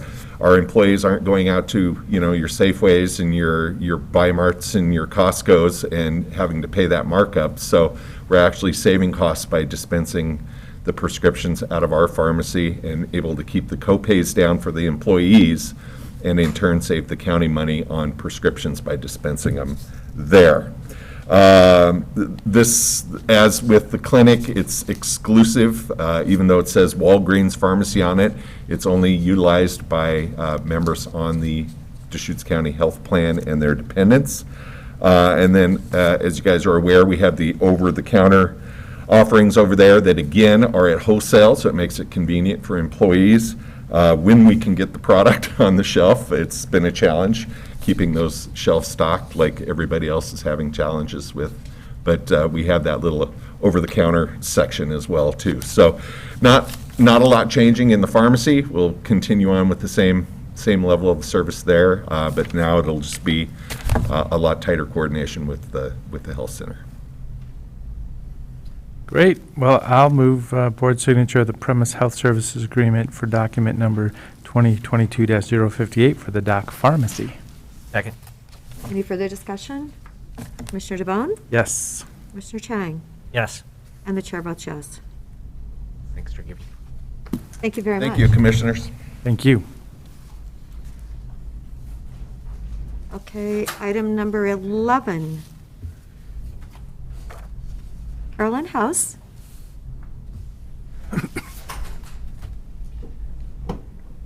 Good morning, Commissioners. It's Hello. great to be here in person. It's been a while since I've been over here. At least that you could walk. It was. Thanks for joining us. Yeah, who knows if the temperature was low, but. Yeah, it was a little treacherous getting across the sidewalk there, but I made it. All right, so the next item before you is a consideration on whether or not to hear an appeal of a hearings officer decision for a template dwelling in the forest use zone. Next slide, please. The proposal is located at 59770 Scale House Road, so this is just south of the city of Bend.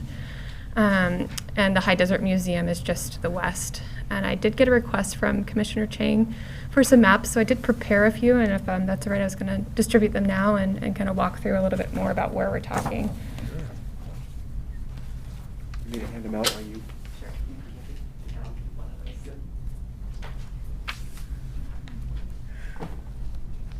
Thank you. Thank you. Caroline, did you say that the High Desert Museum is just to the west? Correct. So between Highway 97 and the property that's identified in red here, the High Desert Museum, it's comprised of, I think, 3 tax lots, but that's their property.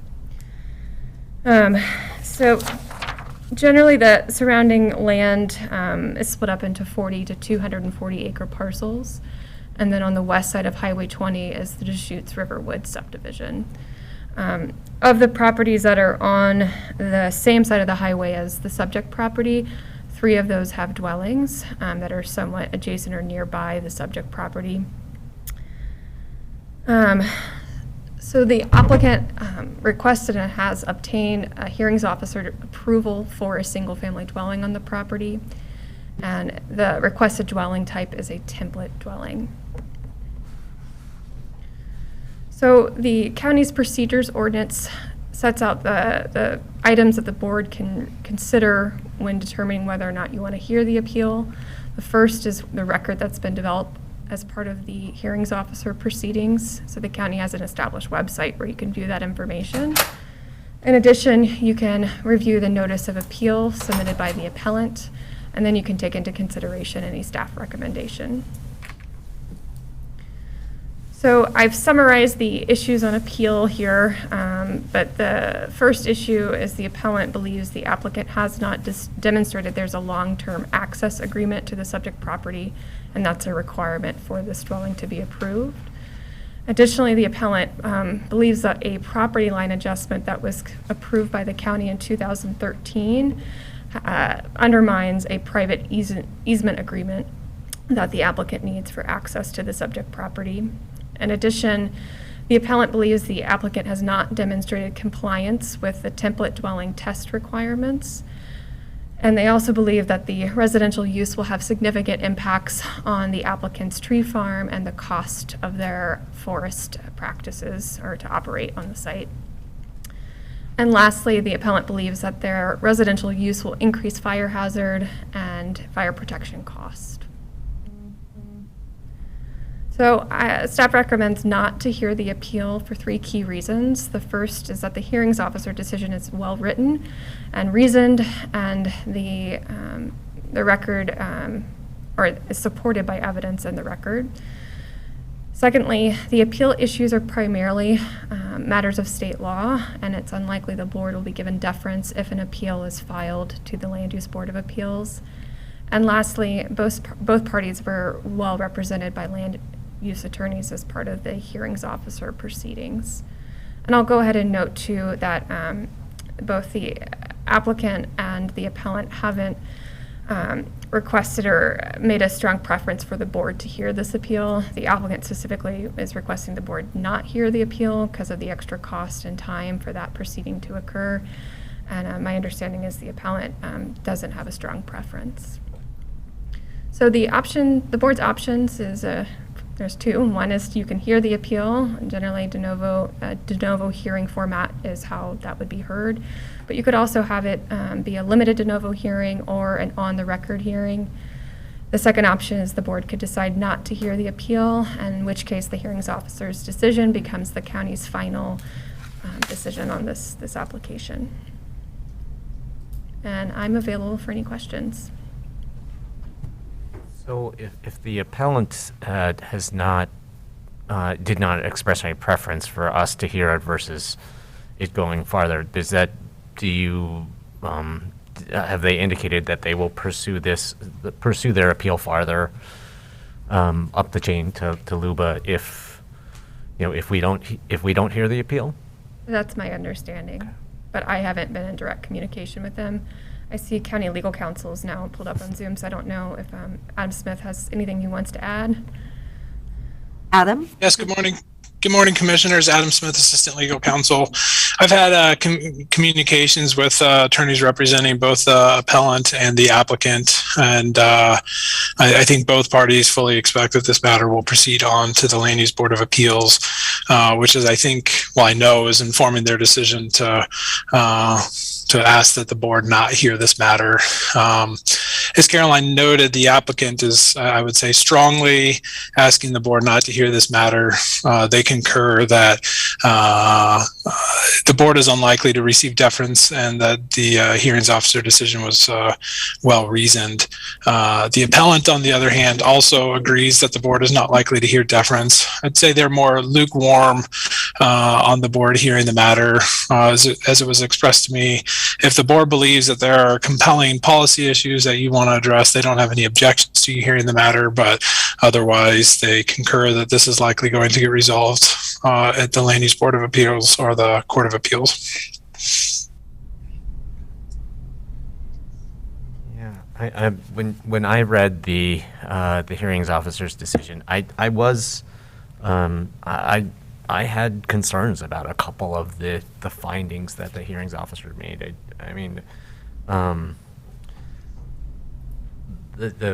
The question of does this force a significant change in or significant increase in the costs of accepted forest practices on forest land? The hearings officer, conclusion was, if the appellant is trying to do prescribed burning, it doesn't really affect them very much having this new residence there. I actually think that is just kind of understanding the way that people feel about fire, I would actually be quite concerned that it would have a significant effect. I mean, if, having a vacant piece of land next to you versus having a home next to you, I could imagine in many cases the adjacent, the new homeowner being very concerned about prescribed fire near their property. So that was one concern or question I had, and similarly, I think having a home there really could affect fire suppression costs. When an incident starts and firefighters are trying to determine whether they're going to go in and do a direct attack or an initial attack on a fire or not, and how fast, they really do consider what kind of property values are there, and having a home there versus a piece of forest makes it a different decision. So, and then the third piece, the soil productivity determination, I wasn't totally convinced by the hearing officer's conclusion that that this would be less than sorry, I'm forgetting what the increment is, but less than 50 productivity location versus a 50 or above productivity location. So I came into this with some concerns and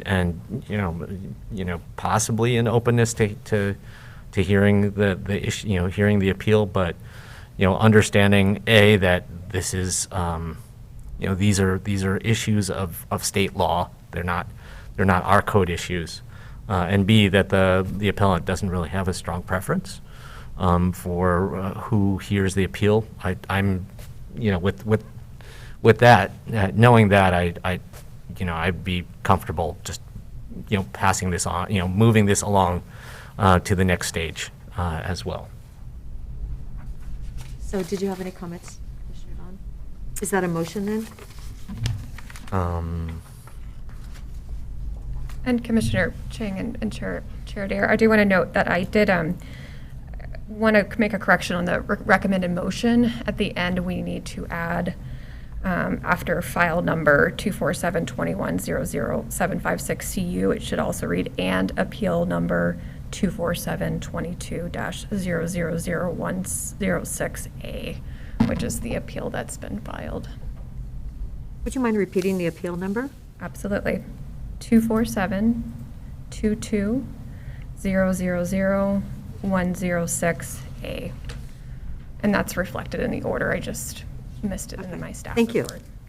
The order I have in the packet is 109A. Right, that's what's right up above. Oh, sorry, did I? Was it 9 or 6?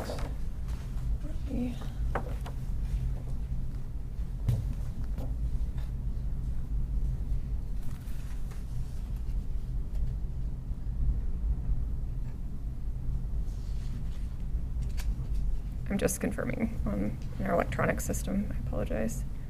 It is 9. So 109A. Thank you. Okay, good. Thank you. In answer to your question, I'm not in a rush to make a motion if there's more discussion to be had. Okay. Well, so the only observation is this, with the High Desert Museum here, and if there was ever development there, they may be impacted by the sawmill noise. I don't think that's part of this, though. Oh, the sawmill, yes. Yeah. Well, they don't run it that often. I'm just joking around. Well, I do come to the same conclusion, though, about denying review in support of, both parties, and especially the applicant's, acknowledgement that if it's going to LUBA, let's get it to LUBA.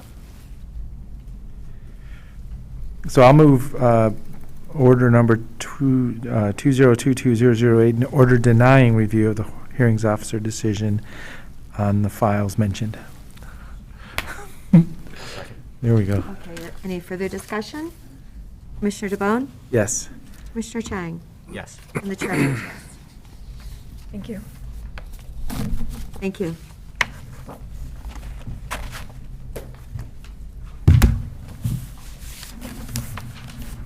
Okay, Laura. Hendrick.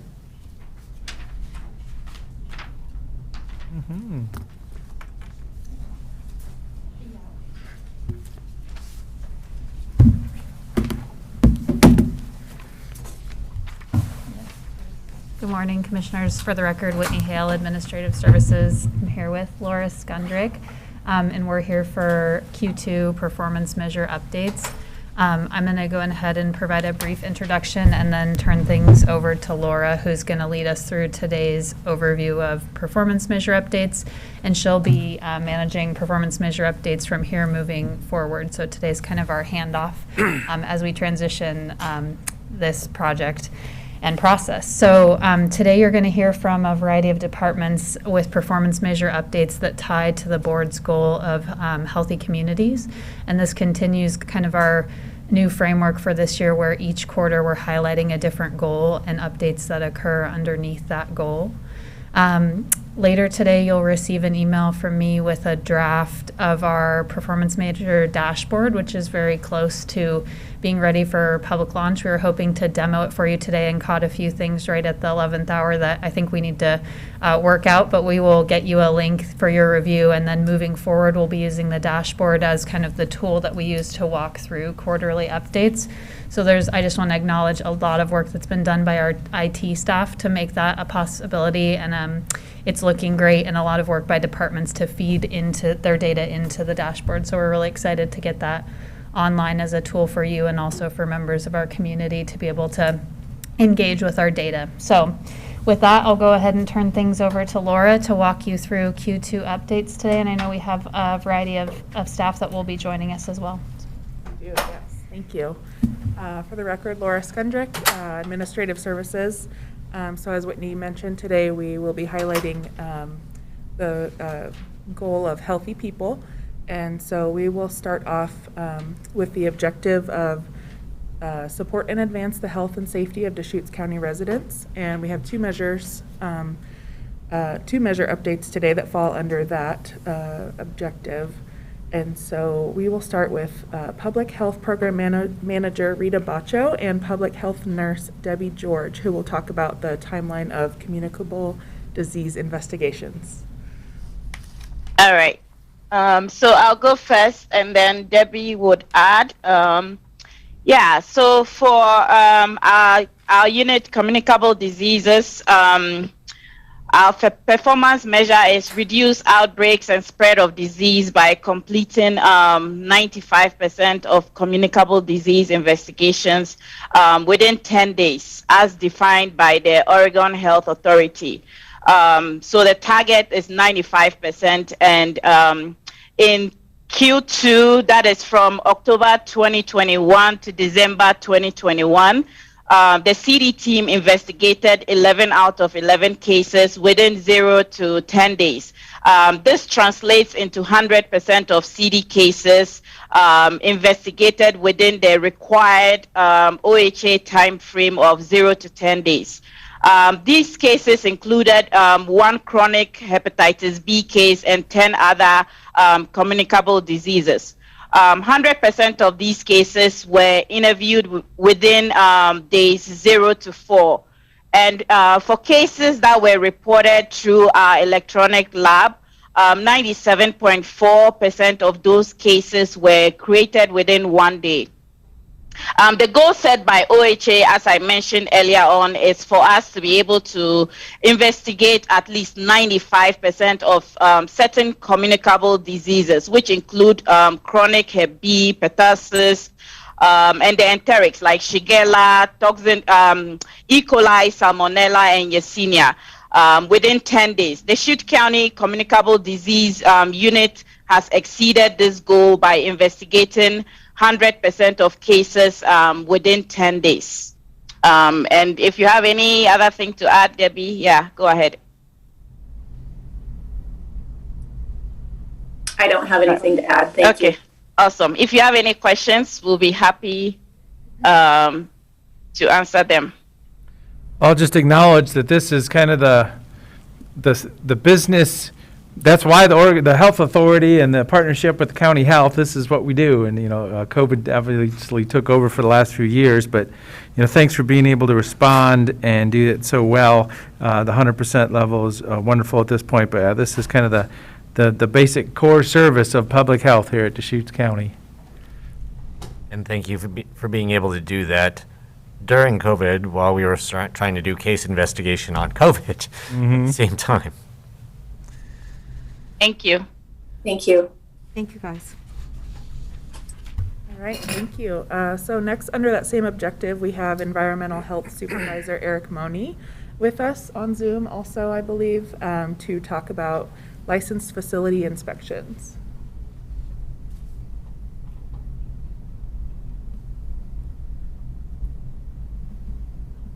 Good morning, Commissioners. Eric Money, Environmental Health Supervisor.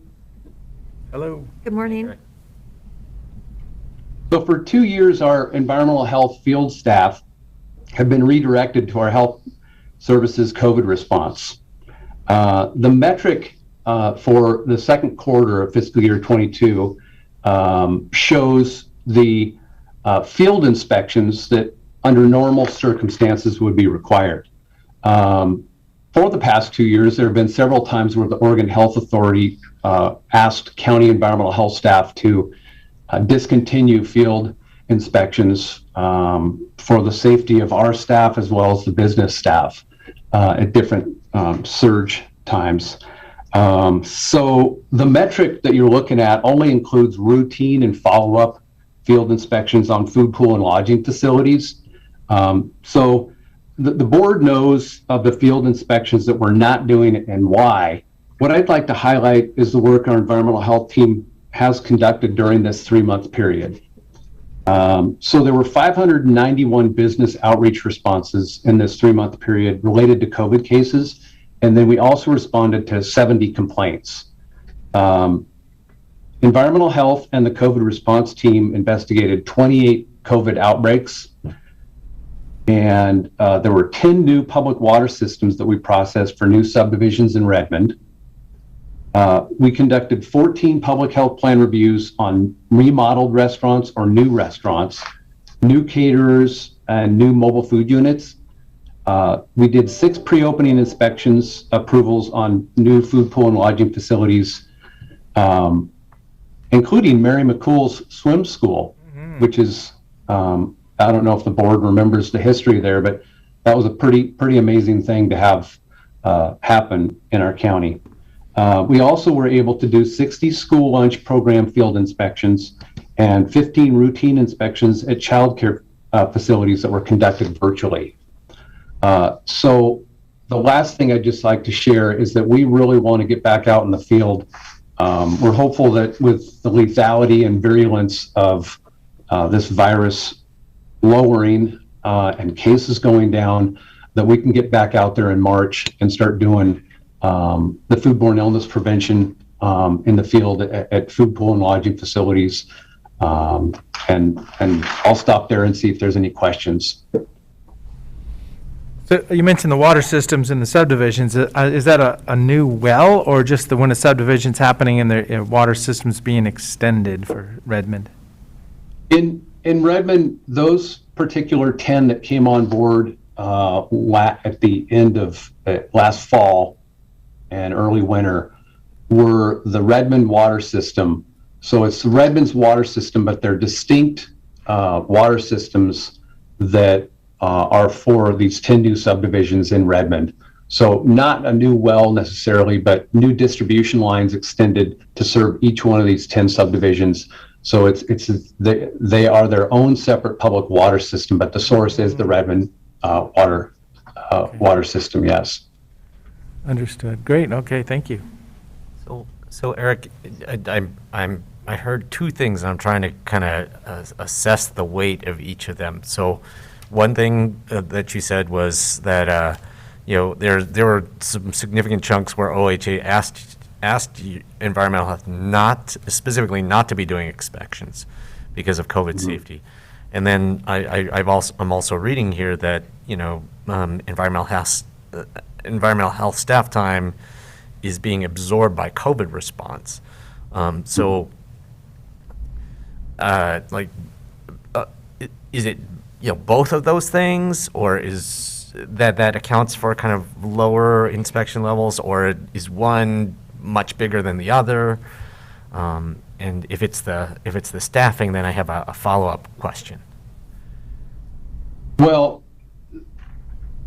it was kind of at the same time as the state was asking us to step away from doing field inspections for staff safety.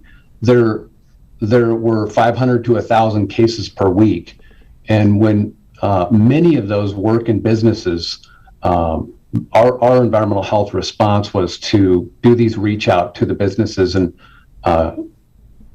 so it was sort of at the same time. And obviously since our staff wasn't doing field inspections, we worked really closely with the communicable disease and the COVID response teams to say, hey, what's needed here? And overwhelmingly helping businesses sort of navigate the interpretive guidance from the state, as well as helping them figure out what to do if there was an outbreak or several cases in their business. That really took up a majority of our time, in addition to these other businesses which weren't experiencing problems and said, hey, I want to get my new restaurant open, or I want to get my new food truck going. Right. So Commissioner Chang, I hope that answers your question. Yeah. So my concern was, so it sounds like some of the COVID response was, COVID response that the environmental health team is uniquely suited for, because we have expended resources to kind of swell this temporary this pool of temporary labor for COVID response, but hiring another call center person doesn't necessarily take some of the COVID load off of your team, COVID response load off of your team, because you're doing specific business and specific business location related investigation type work and technical assistance. Is that accurate? Because what I would hate to learn that we just didn't hire enough temporary staff, to be able to kind of offload some of the COVID pressure off of your team so that they couldn't do their core regular work. That's my big concern.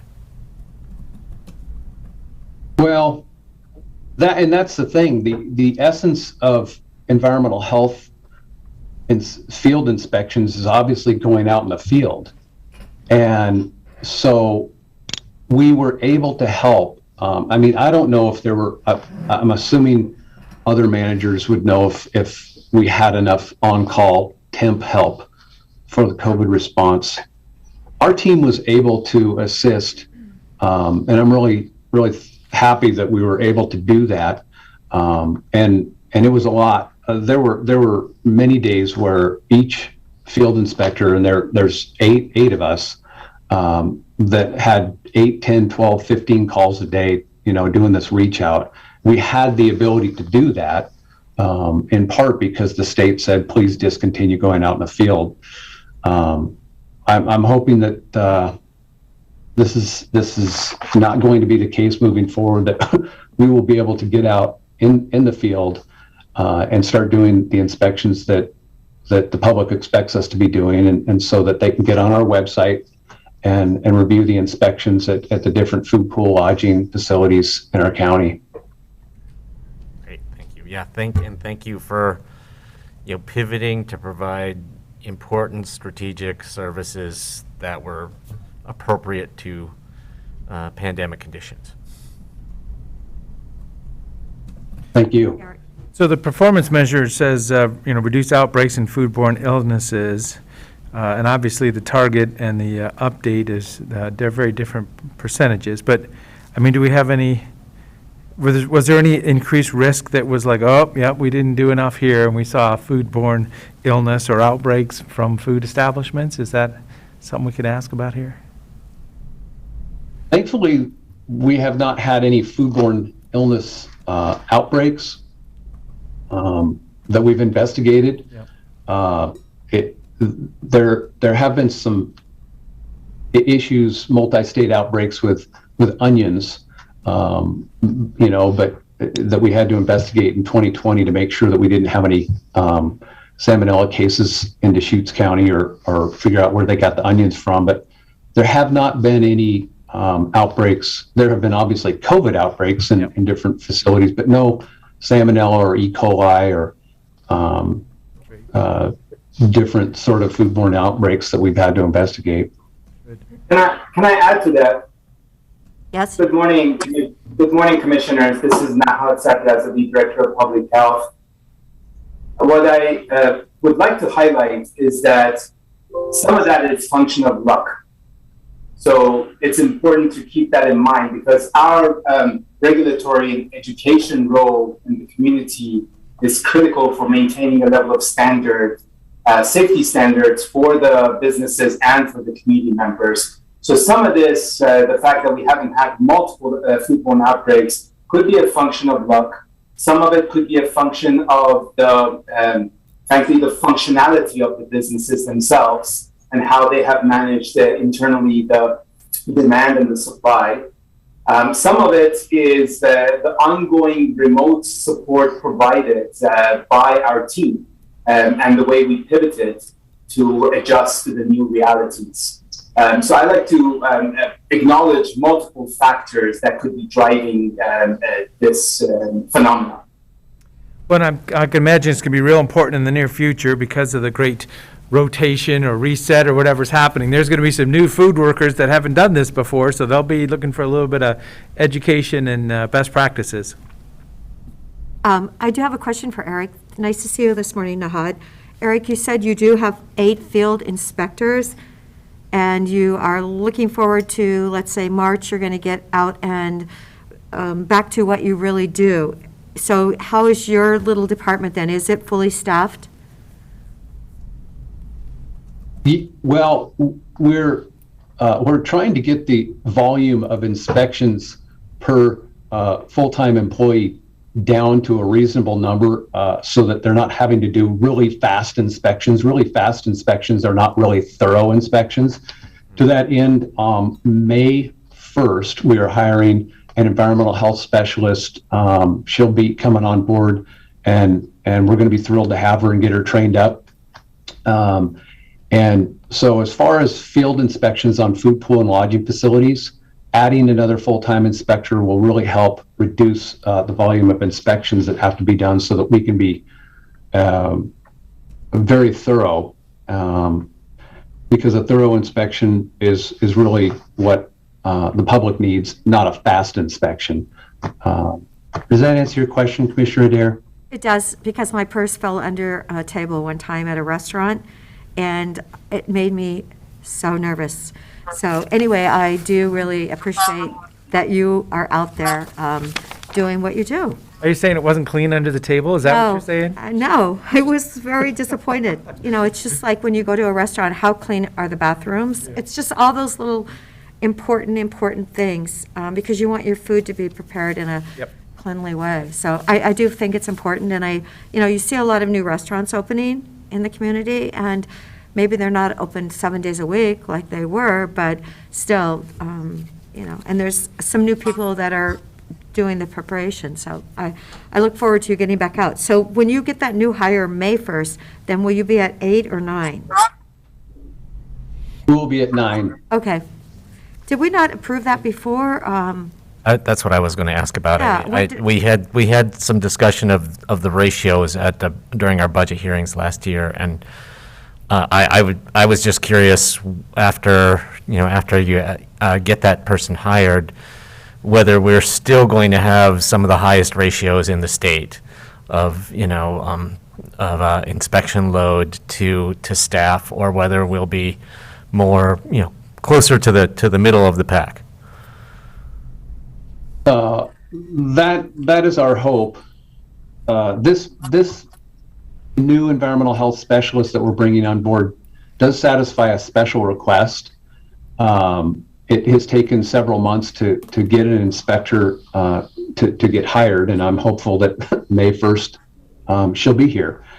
And It's a great point, Commissioner Chang. I'm going to actually do some of the arithmetic and figure out what exactly our ratios will be with regard to the other 32 local public health authorities in Oregon, and then assess if our ratios are where they need to be moving forward. When, Eric, if I may add, and I'm going to impress you with my technical knowledge of your area, I think, because it's an important area for us. Commissioners, when we came to the board during the fiscal year 22 budget planning and negotiations, at that point we shared some figures that reflected the reality of that time. So I think what we know from the federal guidelines, somewhere between 280 to 320 inspections per staff is what the standard is. And we were almost double that, or 80% more than that. So it's certainly that your approval of additional inspectors will help. Now, I do also want to emphasize something else here, which is environmental health does a lot more than restaurant inspections. In fact, we are now positioning ourselves to support the businesses and the communities with air quality, HVAC, and related areas that are of high demand. And frankly, there isn't enough supply from the private side to address it. So that's a service that we're going to be providing to the community per your approval of this particular position. So the dent in the inspection ratio is not going to be huge because most of the work for this person will be around air quality, smoke, fire, all that. Nah, the services that there's insufficient capacity to provide from the private sector, will we be providing that service in a fee-for-service model? Or, I mean, will people then basically have the choice, like, well, I could go and hire a private contractor to do this, or I could wait until the county environmental health person is available, and then they can do it for me for free? I'll offer the 30,000 foot view, and Eric, of course, will have the substance as usual. So, first of all, Commissioner, what you're raising is around sustainability model, frankly, which is part of the struggle with public sector, and how do we balance equity and efficiency, and how do we make sure that the services we render match the revenues that come in to support those services. I think this is an important question to be raised with our budget officer, of course, and your good selves as to how we want to look into this matter or explore it further. I also believe that some of the businesses that we will be providing services to are not necessarily part of our licensure agreement. So we would have to look into how to make that relationship more formal so that there could be some sort of a fee structure that is put in place. But these are different, I think, considerations for all of us. I come from the school of thought that we should create sustainable models for public sector services. So I welcome your inputs. Eric, do you want to add to this? Well, in answer to Commissioner Chang's question, we haven't set up any fee for service for an in-house indoor air quality expert that we're developing right now, a strategic plan to evaluate, do healthy, clean air assessments for vulnerable populations, whether that's childcare, congregate settings, assisted living facilities, any other sort of congregate setting, homeless shelters, where we can evaluate their HVAC system, their filtration, air exchanges, in response to whether it's COVID or wildfire smoke, to try to evaluate that. We are going to do that on a voluntary basis and not charge any money. This is the genesis of our program with regard to indoor air and clean indoor air quality, really specifically for vulnerable populations. But at the outset and for the first year or two, we have no intention of charging anybody. This will be on a voluntary basis. And with a particular focus on these, these institutional settings where there's, we are concerned about indoor air quality for vulnerable populations. Okay, that helps me understand kind of who should pay and why. Thank you.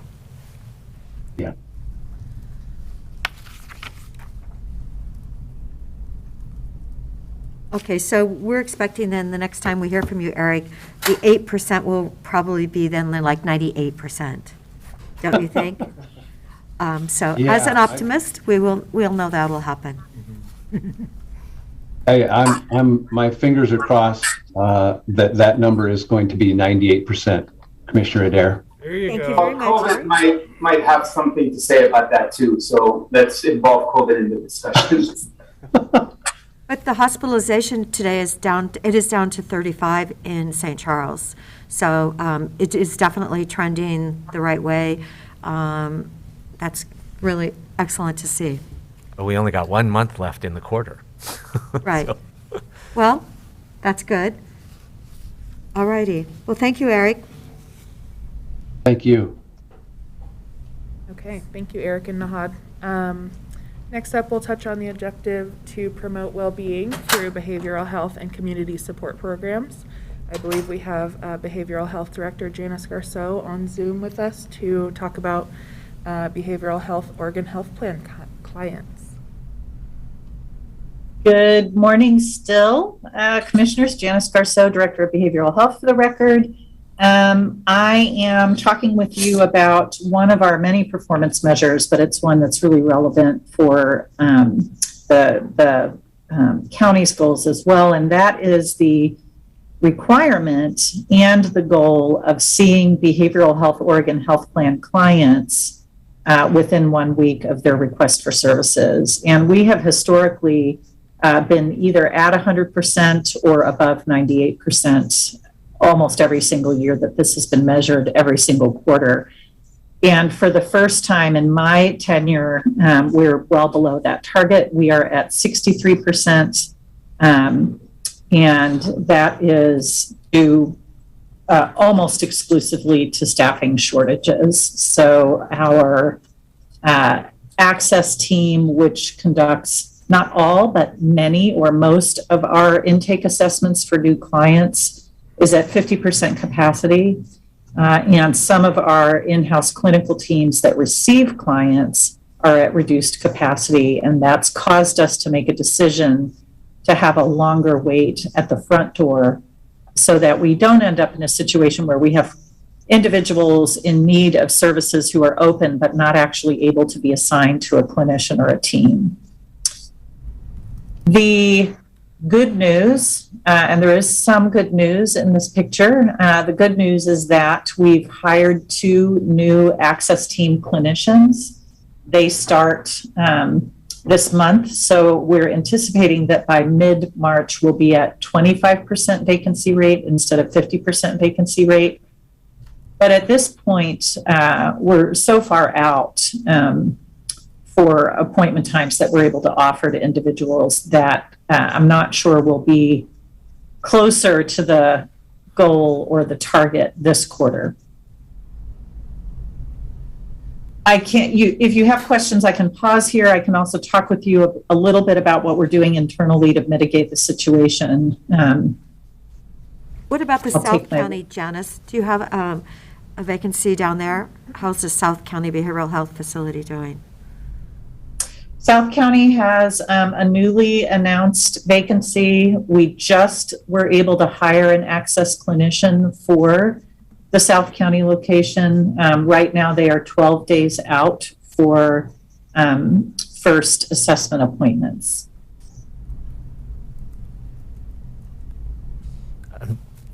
Janice, can you give us a sense for the downstream impacts of people not getting in to connect with a clinician sooner than later, right? Just, like if you can see somebody within a week versus seeing someone within 2 weeks, like are there could potentially really significant negative things happen with that person in that time period? Yes. We first of all, I just want to assure you that we try very hard to prioritize all crisis assessments. So if we get a referral from our own stabilization and crisis programs, we prioritize those appointments for assessment. But the downstream impact inevitably is that often people who have to wait for a first appointment don't come to their appointment or find it more difficult to engage in services. That's sort of the lower risk threshold of downstream impact. Obviously, the higher risk situations, which we try very hard to be alert to and screen for, but in the end, a person not being able to access services could result in real decompensation of that individual in terms of their mental health symptoms and, of course, risk for harm to themselves. That's important. That's important to recognize and understand, and you know, it you know, to me, creates more urgency around trying to figure out how to make recruitment easier or faster for behavioral health, because I know it's been really challenging. It's been incredibly challenging, yes.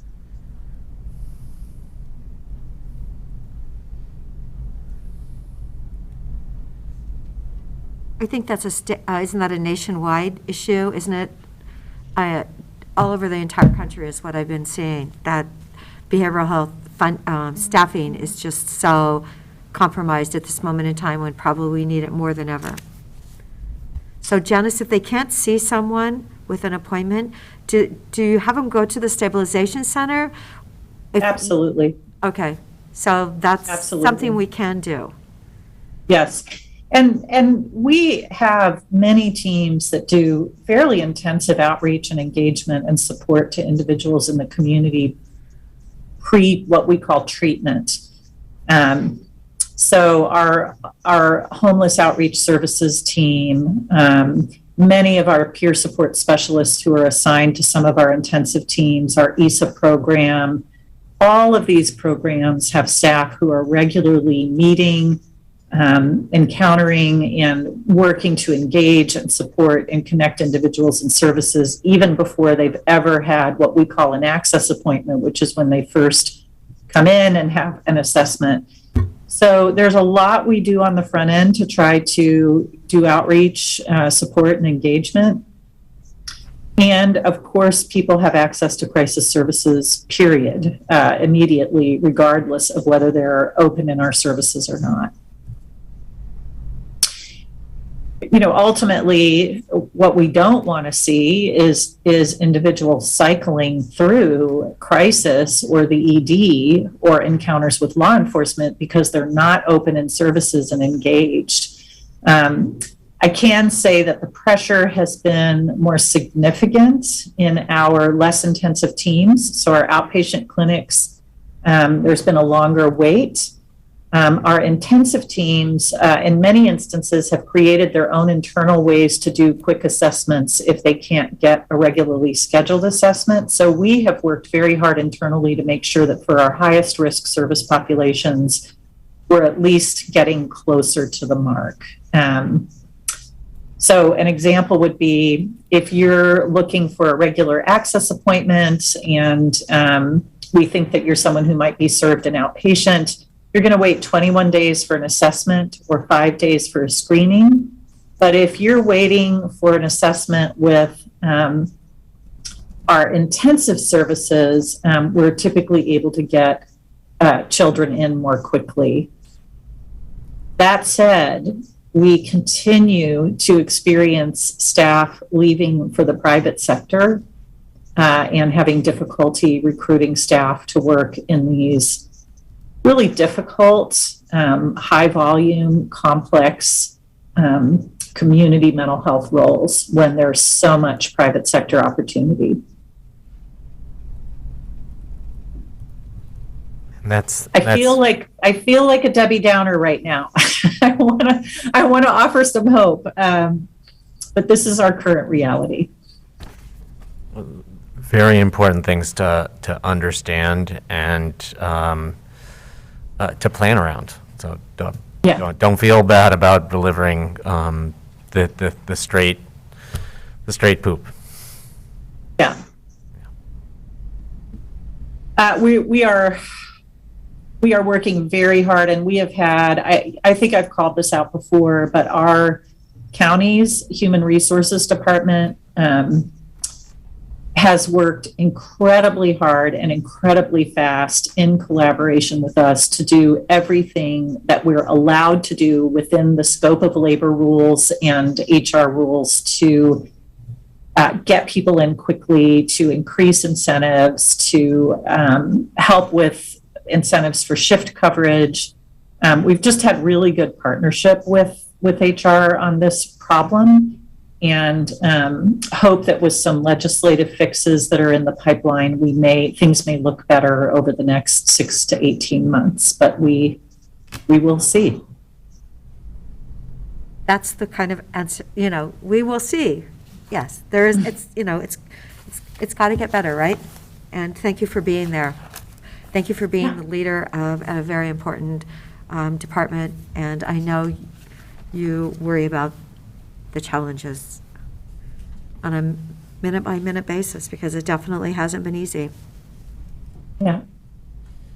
Janice, is there, so you were tracking that investment we made in, basically the public health workforce pipeline with COCC, right? So there will be peer support specialists that come out of that investment that, might actually come over and work on the behavioral health side, I'd imagine. But if there are, if we should be looking at other workforce training type initiatives to, I know that's not, there's no silver bullet, but there's all these pieces. There's training, there's compensation, there's, private sector competition, there's all sorts of stuff. But, if we can work on all of the aspects of this issue, firing on all cylinders, maybe, we'll get to a better place faster. So if there's, in that kind of workforce training arena, if there are initiatives we should be trying to accelerate or initiate at the local level, please keep us posted on that as well. Yes, there are. There really are initiatives. It is a multi-pronged strategy that I think we need to be engaged in, and there are opportunities for persons such as yourselves to help us. Obviously, the legislative path of some of the workforce bills is important to track, and of course, we've asked for support for some of those items. Getting into graduate programs and talking with them about why you should want to work in community mental health. Of course, I am going to be a biased salesperson, but I really have a deep belief that this is where mental health work is the most meaningful and important. All the things that you can do to support our county HR department in having the resources they need to work with us quickly and effectively to incentivize education. At the end of the day, we need master's level clinicians. We are thrilled about our peer workforce. We've done a lot to help develop that workforce. We're thrilled about our case managers. We cannot do this work without them. But the entire system is built on qualified mental health professionals, which requires a pretty high level of educational attainment. And we really want to be able to do things like tuition reimbursements and encourage the growth of our own professionals in our community. That actually helps us get closer to a more diverse workforce, frankly, to bring talented people up and help support their education. Anyway, I could say a lot on the subject. Obviously, I will try to make you aware of opportunities and really appreciate your being in this with us and the support. Thank you, Janice. Thank you, Janice. Laura, Thank you. Do you want to go on to natural resources, I believe? Thank you. The next objective under Healthy People is to help to sustain natural resources and air and water quality in balance with other community needs. And we have a couple updates on that today. The first will be from our county forester, Ed Keith, and he will touch on our Firewise program.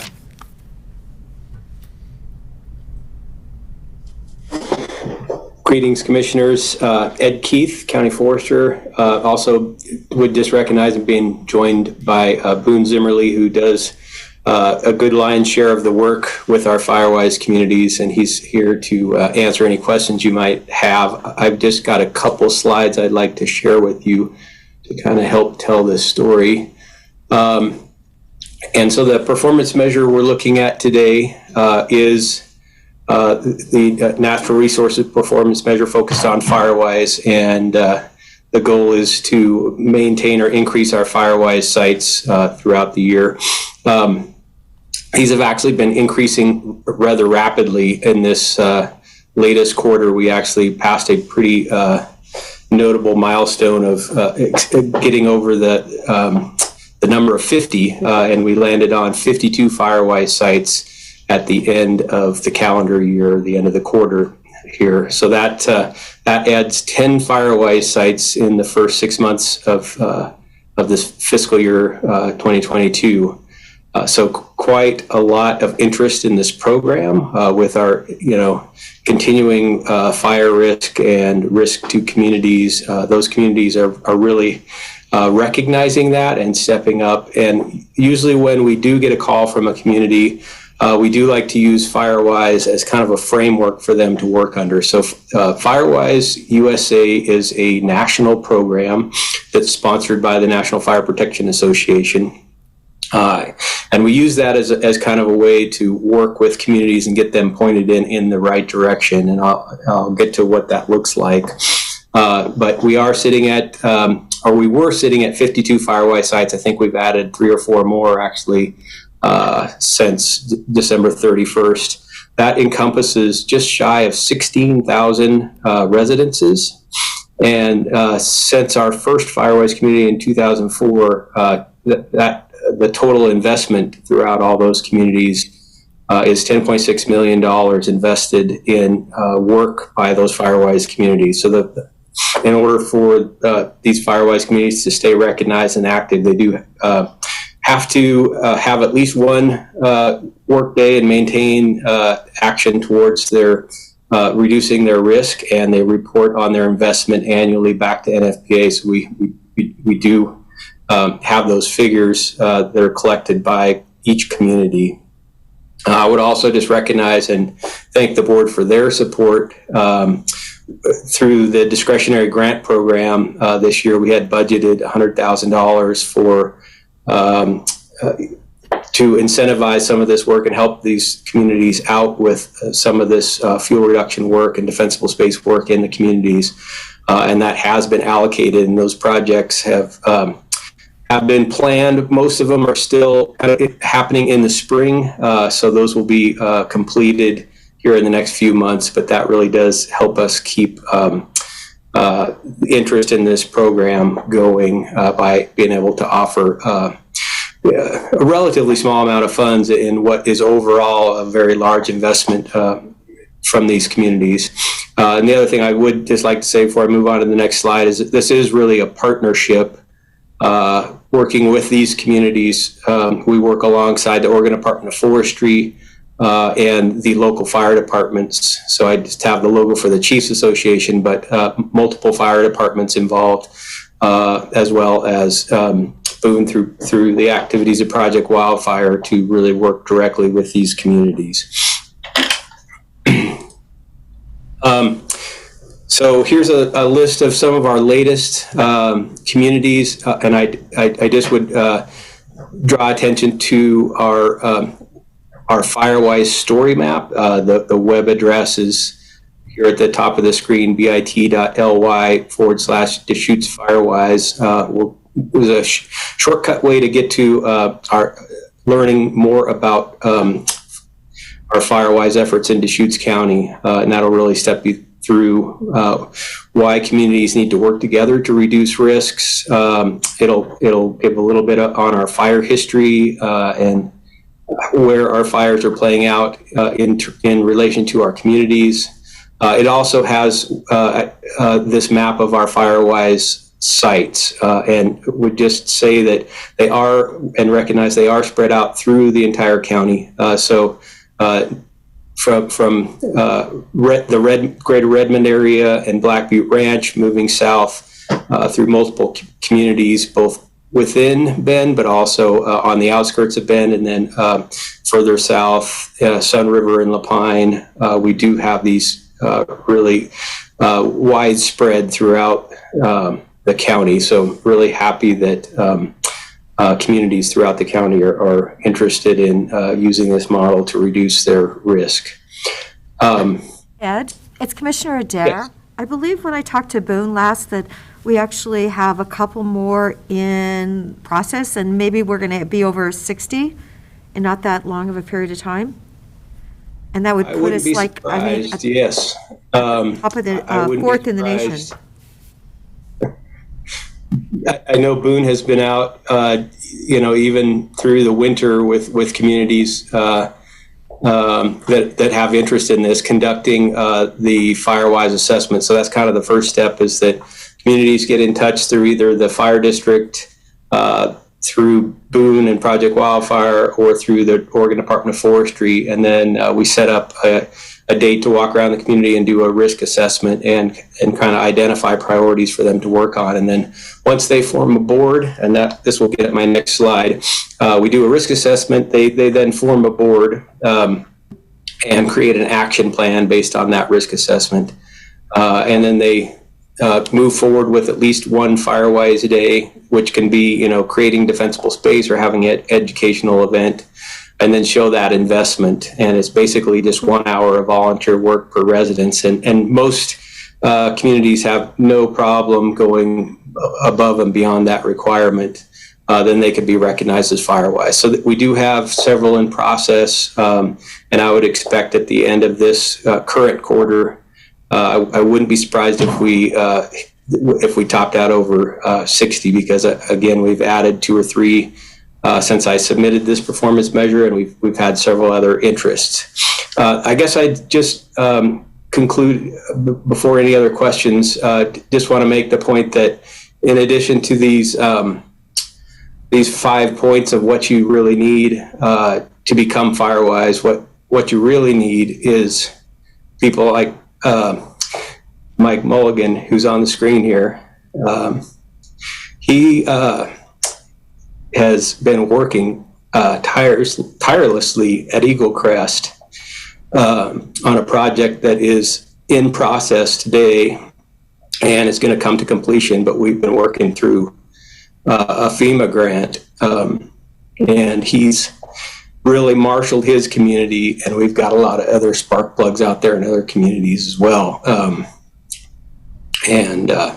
That's really what keeps our efforts towards FireWise going. So I just want to recognize Mike and all the other spark plugs in the communities like Mike that really make the difference in their community and make this a meaningful program.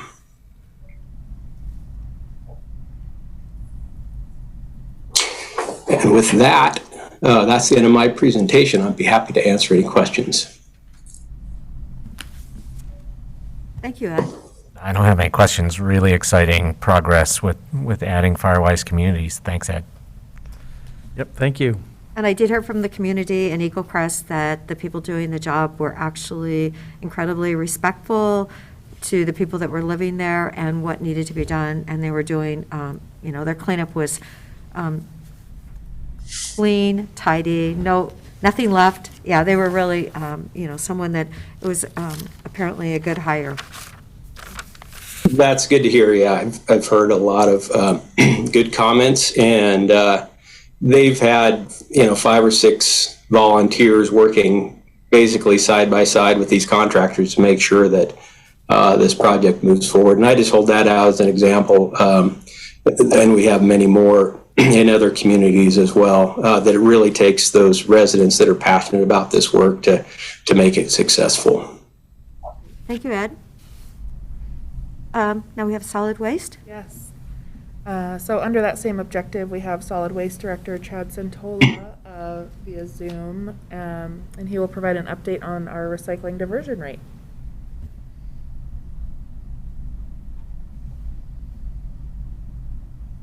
Welcome, Chad. Good morning, Commissioners. Chad Santola, Director of Solid Waste. The performance measure we're going to discuss with you today is working with solid waste service providers to increase diversion, recyclable collection rates for more recyclables. And we base that on a prior 3-year collection rate, and our current average is running about 64,000 tons per year. Before I get into the numbers, I want to kind of talk about where these numbers come from and how we use them. The diversion tonnages we report are based on recyclables collected by the Cascade Disposal and Republic Services on their curbside residential collection programs and their commercial recycling collection programs. Also, the recyclables we collect at the Not Landfill Recycling Center and our rural transfer stations is included in that number. We do report those same numbers to the DEQ for our annual reporting requirements to them, and they combine those numbers with other recyclable tonnages reported by other collection facilities in the county. An example would be like Schnitzer Steel. They don't report directly to us, they report to the DEQ. So when the DEQ gets all of our numbers plus the other recyclers in the county, they're compiled into an annual report. And the 2020 annual report is due out in the next couple months. They're about 2 years behind in their reporting cycle for the program. We're not quite as bad as them. We do report 1 quarter behind on our updates. So the second quarter update is actually the numbers for the first quarter of this fiscal year. So with that, the majority increase we saw in yard debris in collection of recyclables was in yard debris. We took in about or just over 21,000 tons of recyclables in the first quarter of this fiscal year, and the majority of that was in increases with yard debris. Another commodity to note, although the tonnage is smaller, but the percentage certainly is on the increase, is with corrugated cardboard. With the online shopping phenomenon, we're seeing a lot more cardboard coming through our facilities in the program. With yard debris, we saw that increase was about 1,700 tons over the prior quarter, and that kind of averages out to about a 17% increase for the period. And one of the things we're seeing, we're getting a little bit of preliminary feedback from our haulers and looking at our numbers that we may be seeing a little bit of a taper in the yard debris volumes coming in, so it may be a little bit lower than our projections for the year compared to last year. It was interesting that we were expecting when the pandemic started, we might see a decline in materials coming to our facilities, but to yard debris in particular, we saw a pretty substantial kick in it. Probably related to people sitting at home, being furloughed from work or doing their safe separation from everyone, and decided to take care of those projects around the house, including cleaning up the yard. So we had a substantial increase in traffic with yard debris coming to all of our facilities during that period of time. That's kind of a brief summary. The big increases in yard debris, we're seeing something with cardboard going on as well. Although the tonnage is smaller, the percentage is higher than what we typically see with them. So if you have any questions for me. Acknowledging something to keep an eye on. I was asked about recycling on Friday morning, and I explained some of the different things, but they just wanted to know, if we recycle, does it get thrown away anyways? I said no, it doesn't. So it's just interesting people's view and vision on what's possible out there for the recycled streams. That hasn't been an uncommon question. There was a report done on public broadcasting, I think it was nationwide, looking at recycling, and there was a little bit of misinformation that came out on that a lot of recyclables are disposed of. In Oregon, anything we collect curbside or at our recycling centers must be recycled. That is against Oregon state statute to dispose of those in a landfill. So, and I assure people when they inquire with us that everything they're putting in their can and everything coming to the recycling center is getting sent to recycling facilities. Great. So is the cardboard still, is there a value to it? Cardboard, Sue can probably answer a little bit more detail on that. I should have introduced Sue. She's our management analyst, and she is the gatekeeper of all numbers for our department. And there's a lot of numbers out there. Sue can expand a little bit, but I believe cardboard generally is one of those things that does operate in the black for us. That's what I believe. Historically, it did operate in the black, so that's good to know. Yes, Sue Monette for the record, and yes, to answer the question right now, it is a positive and has been continuing in the black for a good year or so, if not more. Thank you. Thank you, Sue. Good to hear. Chad, we were talking about, some months back, we were talking about the volume of yard debris and potentially the volume of yard debris increasing even more in coming years. How are you, do you have any kind of additional thoughts for us on how we are dealing with the current volume of yard debris and whether, we have sufficient capacity in the composting operation and other places to deal with that? No, I've spoken with Rusty, the operation manager for Deschutes Recycling, about that. The curbside yard debris and yard debris that's collected at the recycling center go through the composting program. And since Rusty Davis came on board, he's made a number of improvements to their operation there. So we've given them a little bit more territory to work on out there. We expanded their area a little bit. So I think they still have some capacity available for increases. For us with the landfill, the yard debris we collected fire-free. Last year, we ended up disposing of about roughly half of it directly to the landfill. We just had to get that material out of the way to make room for operations. So we would kind of take it on a case-by-case basis. We'll see how the response is for fire-free this year. If we don't push it directly in the landfill for disposal, we'll grind it up and use it for alternate daily cover on the landfill. So we do get a beneficial use out of it. I think our conversation past was just the amount of time material sitting on the ground out here. And we can't consume it fast enough. We have run some risks of spontaneous combustion, which was something we struggled with a few years ago. So we try to be attentive to that. And certainly what's coming in from the rural transfer stations is part of that formula as well. Thank you. So do we have fire-free days yet determined or publicly Yes, announced? we do. I had spoken with Ed Keith and Boone about that, and I should have them on my calendar, but I do not. I'm going to have to dig up an email real quick here. Sue, do you have those handy off the top of your head? I do. So not landfill, it's going to be April 30th to May 15th. And then at our rural sites, it'll be May 21st to June 4th. Okay, great. Thank you so much. So now people can start working on collecting their piles to go to the either not or to the rural We may have landfills. scooped Boone's press release, but we'll try to apologize. Okay. That was going to be the big news. Oh, sorry. No, it's okay. I think it's great to get out there, and I'll coordinate with him and let him know. Okay, thank you, Whitney. You know me, it's fire-free, and the more we can do, the better. Oh, yeah. It's personal Clean it up. responsibility. Gosh. And don't wear your brand-new jeans when you go to unload it. I learned that lesson last year. So, it was fun. And hopefully we don't put half it directly into the landfill this year. Truly. That was more of a space challenge for us. I think we got a little bit larger area this year. One thing I've been discussing with Ed Keith about is there is a methane emission rule that has been promulgated this past year with the DEQ that's going to compel us to do a substantial expansion on our gas field. Commissioner Chang is on our committee that's reviewing proposals for a gas to energy project out at Not Landfill.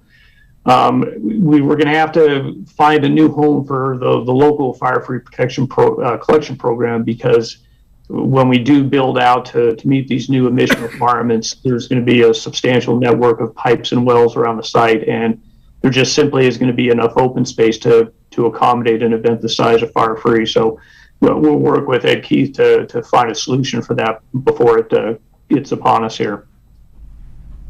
Good to know. Thanks, Chad. Thank you, Chad. Okay, it looks like. Thank you. I believe legal. Yes, last but not least, under the objective to continue to support COVID-19 pandemic crisis response and community health recovery, we have our own county counsel, Dave Doyle, here with us to speak about their comprehensive legal support during COVID. Okay, great, commissioners.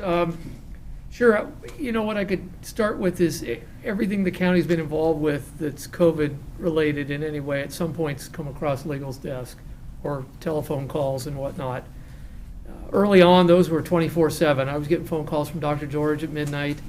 You know, there were a lot of questions around quarantine, isolation. It seems like a long time ago, but 23 months ago, we just didn't know what we were doing, and we were learning as we went. So it was really 24/7. But you know, we supported everything and have and continue to support everything. Procurement, early on, there were issues about procurements and whether we could be buying certain types of PPE and certain types of supplies that were needed, and did we have to go through normal contracting processes. And of course, we had the board enact an order that allowed us to circumvent around some of that so that we could move a little more swiftly. The inquiries have certainly tapered off of late, happily. I'm happy to say that. But the reach was wide. You know, Eric Monet was talking about some of the investigations his staff did. Well, I was on the phone with Eric for many of those investigations on what they could and couldn't do and where they could and couldn't go. Same thing with some of our partners. St. Charles Legal and I were in contact on any number of instances. If you think about all the various vaccination sites, testing sites, if those weren't on county property, we had to have contracts. We had to have documentation in place with school districts or whatever sites we might have been working with. If we were using staff at any of the sites that we operated that weren't our staff, we had to have agreements with the people providing those staff to us. So it really was all encompassing, and I even had 1 or 2 phone calls from deputy DAs asking about certain issues associated with the county's orders and whether those crossed over and had criminal liability attached to them for people that weren't in compliance. So it has been all-encompassing, and it was early on a 24/7 type thing. And we remain available. Legal is available, if not myself, certainly one of the lawyers that works in the department's available 24/7 to any department head, to any obviously commissioners. You know, we try to provide that support as best we can. It's been an eye-opener. I think I told you in the past, I carried around in my trunk of my car for 20 some odd years the isolation and quarantine manual that I was handed my first day as a county council in 1994. Never thought I'd ever have to use it. And then 23 months ago, all of a sudden it became very real and very relevant. So although the majority of what we did was not to script from that manual, which goes to show you can put together all those manuals and they don't always guide you when events do occur. A lot of what we did was off script. But you know, certainly there was some beneficial information in those. But I always chuckled. I would have bet you anything that I was never going to have to use that thing, carrying it around in my trunk. I carried it in my trunk because I thought, you know, you're not always at work when something happens. So if it's in my trunk, it's either out in the parking lot or it's in my garage. So that was always the thinking with carrying that around in my trunk. Now it's in my office. You know, I live a mile away. I didn't used to live a mile away before I came here. So I carried it in my trunk. But no, that's it. And I will say that the staff in the legal department has become experts of sorts in all things COVID, all things quarantine. You know, another skill set that we probably didn't have 23 months ago that we do have now. So that's what I could share. Great. Thank you, Dave. Thank you. And truly, you are available 24/7 or someone in your department. So thank you for that. Thank you. All right, thank you, Dave. So that concludes our Q2 updates for today, and we will be back for Q3. Thank you so much. Thank you. Thank you, Laura. Laura, maybe you can give us an update and see if some of those numbers are better, even if they're not doing the percentage. But I hate to think we're going to wait like 3 quarters to find out, oh, they did make their 98. So, Sure, I can you know, if follow you up. can just follow up with that, that would be wonderful. Sure. Whitney, item number 13. All right. Go ahead. Okay. Commissioners, the item that we have before you today is a discussion of the county's draft fiscal year 2023 goals and objectives. And so I have a few handouts that I'll provide to you, hard copies of. Staff prepared 2 separate draft versions for the board's consideration and discussion today, and we'll walk through both of those drafts with you. Our hope is to get your feedback in accurately presenting your goals and objectives that we'll then communicate to departments. Departments will use the goals and objectives, as you know, to develop their budgets and also their performance measures for next fiscal year. So this really is kind of the first step of our budgeting process for fiscal year 2023. But hopefully these drafts are helpful starting points for the board to have discussion. If we are able to get to a place where the board feels comfortable adopting goals and objectives today, that's great. And if staff needs to do some work and come back to you again with a revised version, we're certainly happy to do that as well. So circling back around to you today on this, I will also note staff has prepared a draft matrix that we'll be sharing with you. That encompasses board priorities that the board communicated and shared with staff at the Board of Commissioners retreat in January. And so we'll be seeking your feedback on that draft matrix and then bringing that to you for additional follow-up discussion outside of the discussion around specifically goals and objectives. So with that, I'll Give me to pass it out before you. I kind of did a strange. Already got it set up for. Yeah. Thank you.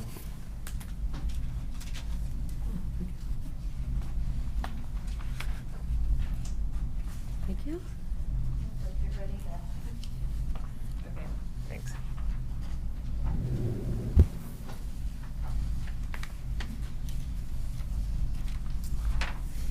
So Commissioners, as we outlined briefly in the staff report for this item, there are 2, version 1 and version 2 are in your packet today. Version 1 includes housing-related objectives that fall under the Resilient County goal.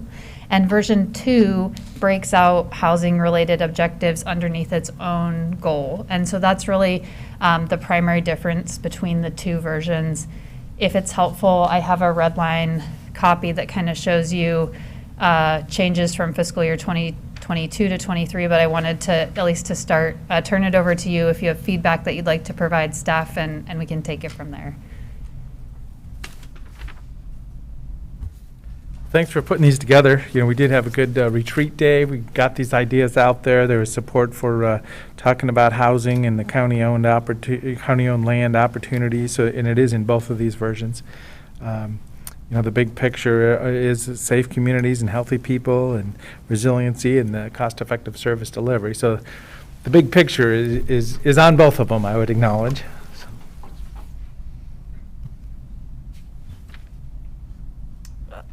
Kind of one high-level question I'd like to ask is, in choosing whether to have a standalone housing stability and supports housing stability and supply section, or folding that into a resilient county, does it change anything for us in terms of, you know, what departments and their staff are doing on a daily basis, or is it mostly a question of, you know, what kind of a public statement or symbolic statement we are making about housing, having this broken out as a bullet? Yeah, Commissioners, I think it's mostly a symbolic statement of the board's priorities, if you want to emphasize it as a standalone goal. But I don't think the direction of the departments will change significantly. And certainly in sort of the functionality of how a department would report project to you, that's going to be at the objectives level. The measure is always going to fall under the objective, and the objective is either going to be under either goal. So not a huge difference there. I've been using the term workforce housing, and someone in our community wanted to know the definition of workforce housing. So, we have the affordable housing, but we actually have people that, we have employers that are truly short of workforce. So it's interesting, I remember from the, Youth Activity Center for the marijuana, that term was not identified, though. And truly, you don't want to use words that aren't identified. All I know is we need more housing that people can afford to live in and that want to work here. And I just think that's so important. If we went with version number 2, it perhaps is only symbolic, but I think it's a very important symbol of the world we live in today and the fact that cross sections of all types of employers. I mean, is there any industry that's not affected by a shortage of workers today? I don't think I know of one. I mean, I'm sure there might be, but housing is part of when you want to work.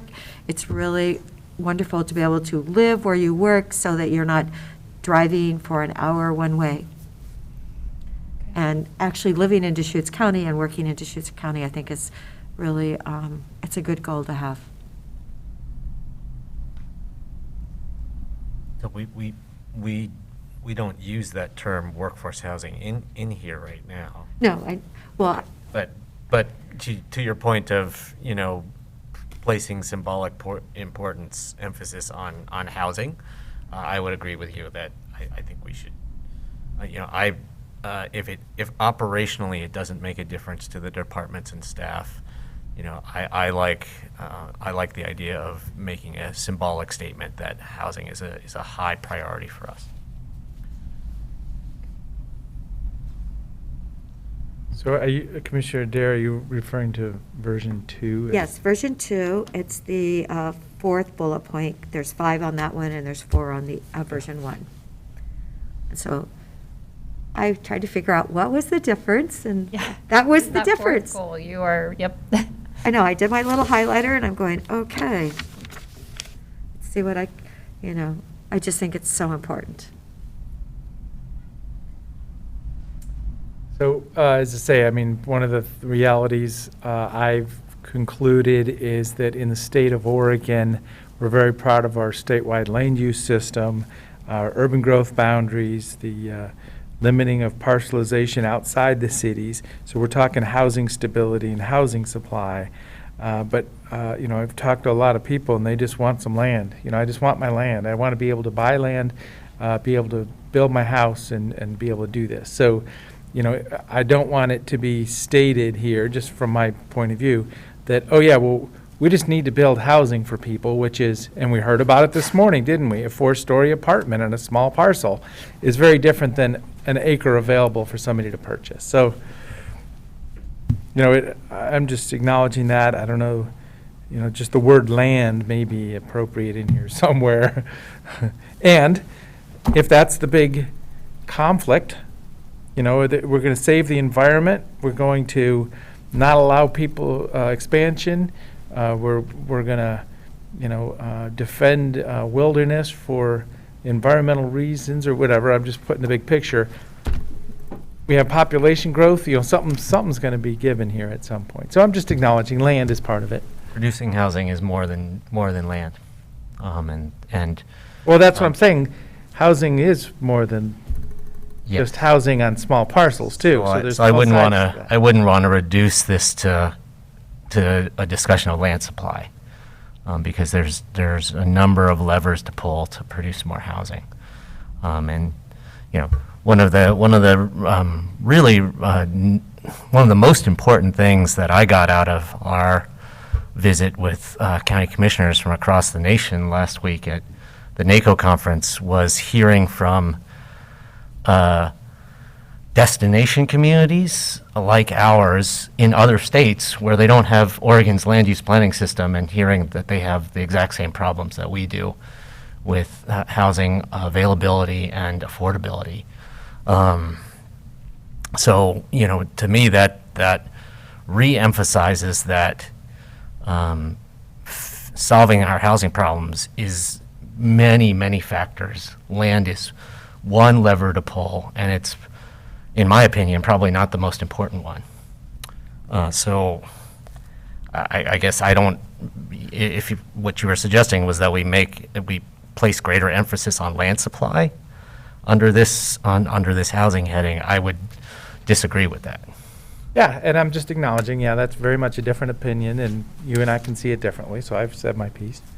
Well, because we're saying housing stability and the fact that Deschutes County is on the forefront of Senate Bill 391 for the ADU, I think it fits under this. And I know, Tanya, I know everyone is working so hard to get the fix so that we actually can go ahead with that on, 900 square feet, accessory dwelling units in our rural community. And we can legally, I believe, at some point in time, perhaps have up to 10,000, maybe. But, it is a big number, and it is really, hopefully it might be affordable housing. And Commissioners, I would just suggest on version 2, the second bullet point, support actions to increase housing supply. It could be those levers. It could be land, it could be legislation, it could be, our goal was to have a term that encompassed a variety of actions.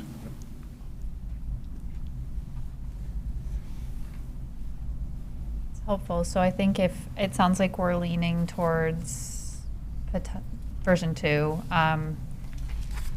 So, my only other acknowledgement, this is a statewide system, as I say, we don't have a whole lot of leeway, decision space as Board of Commissioners for that land supply I was just referring to.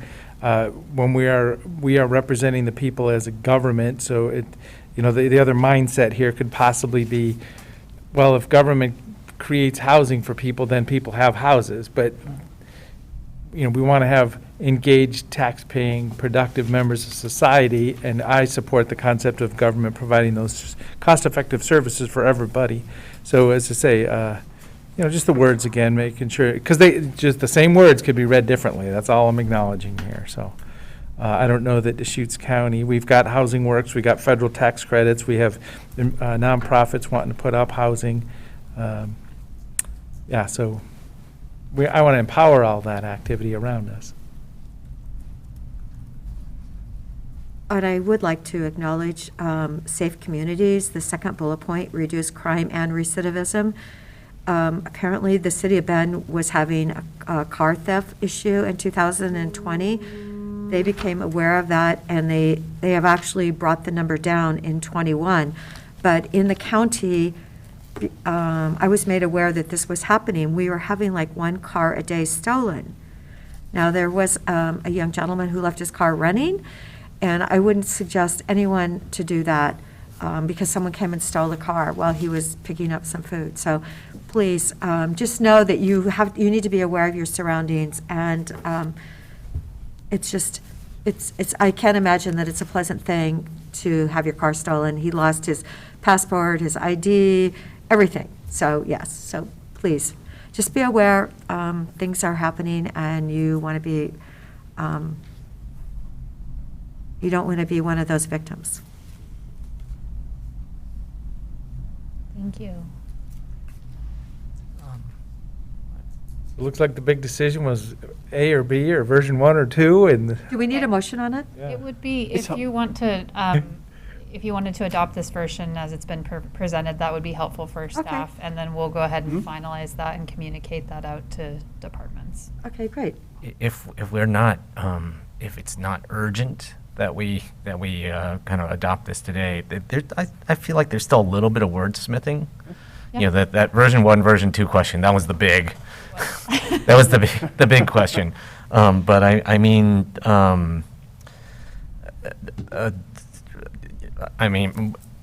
have there's a couple of spots where I want to ask about specific wording, but it's also, like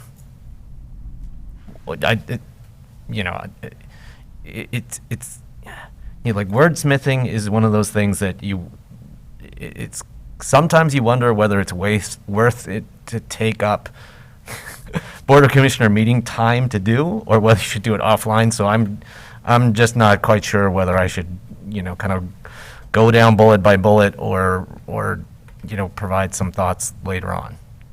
Yeah, I would certainly defer to the board. If you'd like staff, we're happy to collaborate with you offline and come back with a revised V2 of version 2 for your consideration next week, or we could walk through those proposed changes now, just depending on the board's discretion. Yeah, Commissioners, I would just suggest, since we have a team waiting for our executive session here coming up, that we work with you offline and then come back in a week or two, just so that we have enough time. But this provides a good general direction of where the board's going and something we can begin to work with departments. So I think we're in good shape with the direction today. Yeah, I don't think any of the wordsmithing I'd have to suggest changes the meaning or the intent of any of this. It's just, you know, do we say houseless or at risk of houseless, or do we talk about housing insecurity? That's right? great. Yeah, which no. would actually even save us a line, which would help us stay on one page. Yeah, we'll follow up with you as long as that works for the board and come back with a V2 for consideration. Right, in a week or two. Okay, thank you, Whitney. Thank you, commissioners. So do we have any other items right now? Because we do have someone waiting, executive. Just acknowledging letter from Deschutes Basin Board of Control asking for drought declaration. So that had come into our inbox. Right. We don't need to act on it today, but just, you know, It's let here. Nick and Dave know that, yeah, that's something, it was a request officially. I think, what did we have, 77 inches at Mount Bachelor today and maybe 61 at Hoodoo. So please keep snowing. For the, Push that out to Sergeant Garibay. He was already. Yeah, just acknowledging it here. okay. Mr. Chang, did you have anything else? No, I mean, one of the things I was going to mention was that NACO conference last week, and one of the most important things that I took away from that was hearing about the experiences of these destination counties in Colorado and Utah and Wyoming and Idaho that are dealing with housing affordability and housing supply challenges, just like we are. And there was a workshop where a whole bunch of strategies and policy approaches were shared during the conference, and I took a lot of notes. I haven't figured out how I'm going to package that up to share with other people yet, but there was some really interesting ideas to share with our community that I will be sharing at some point. Okay, thank you. Yes. We have one letter that is particularly timely. Right. But I can bring it back, or I can present it now. No, you should present it now. Okay. This is a draft letter of support for the board's consideration.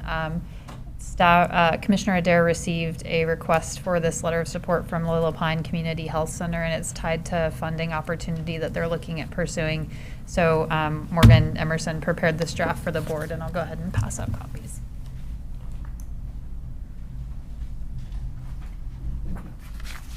Because I think they need it today, don't they? Thank Yes, you. today is the day. And I'm sure Alan would appreciate, yes. I had a chance to read the request, but I didn't have a chance to respond, so thank you for working on it. Thank you.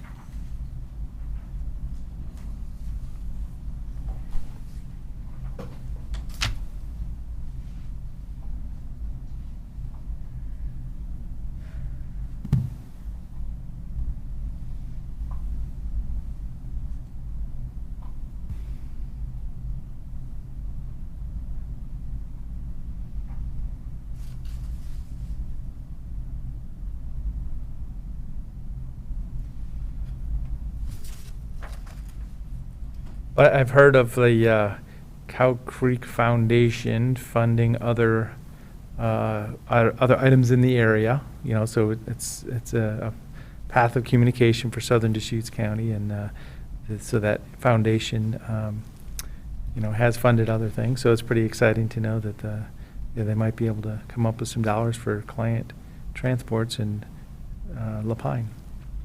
Yep. So are you supportive then? I'm supportive. Can I just ask, this would be to transport clients to the clinic from various locations, or do we have a sense of?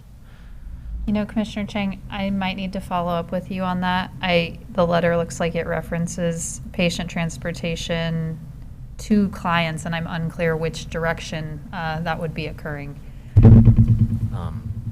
Yeah, it would be great to know that, but like I'm happy to to vote in support of the letter Okay. regardless. Thank you. Okay. So do we need an official vote? A motion? That would be helpful. Okay. Sure. I move approval of a letter of support for Lapine Community Health Center's request to the Cow Creek Umpqua Indian Foundation for grant program funding to help support patient transportation needs. And I will second it. Any further discussion? Commissioner Chang? Yes. And Commissioner DeBonne? Yes. The chair votes yes. Thank you, Commissioners. Thank you, Whitney. Okay, so do we now need to go into executive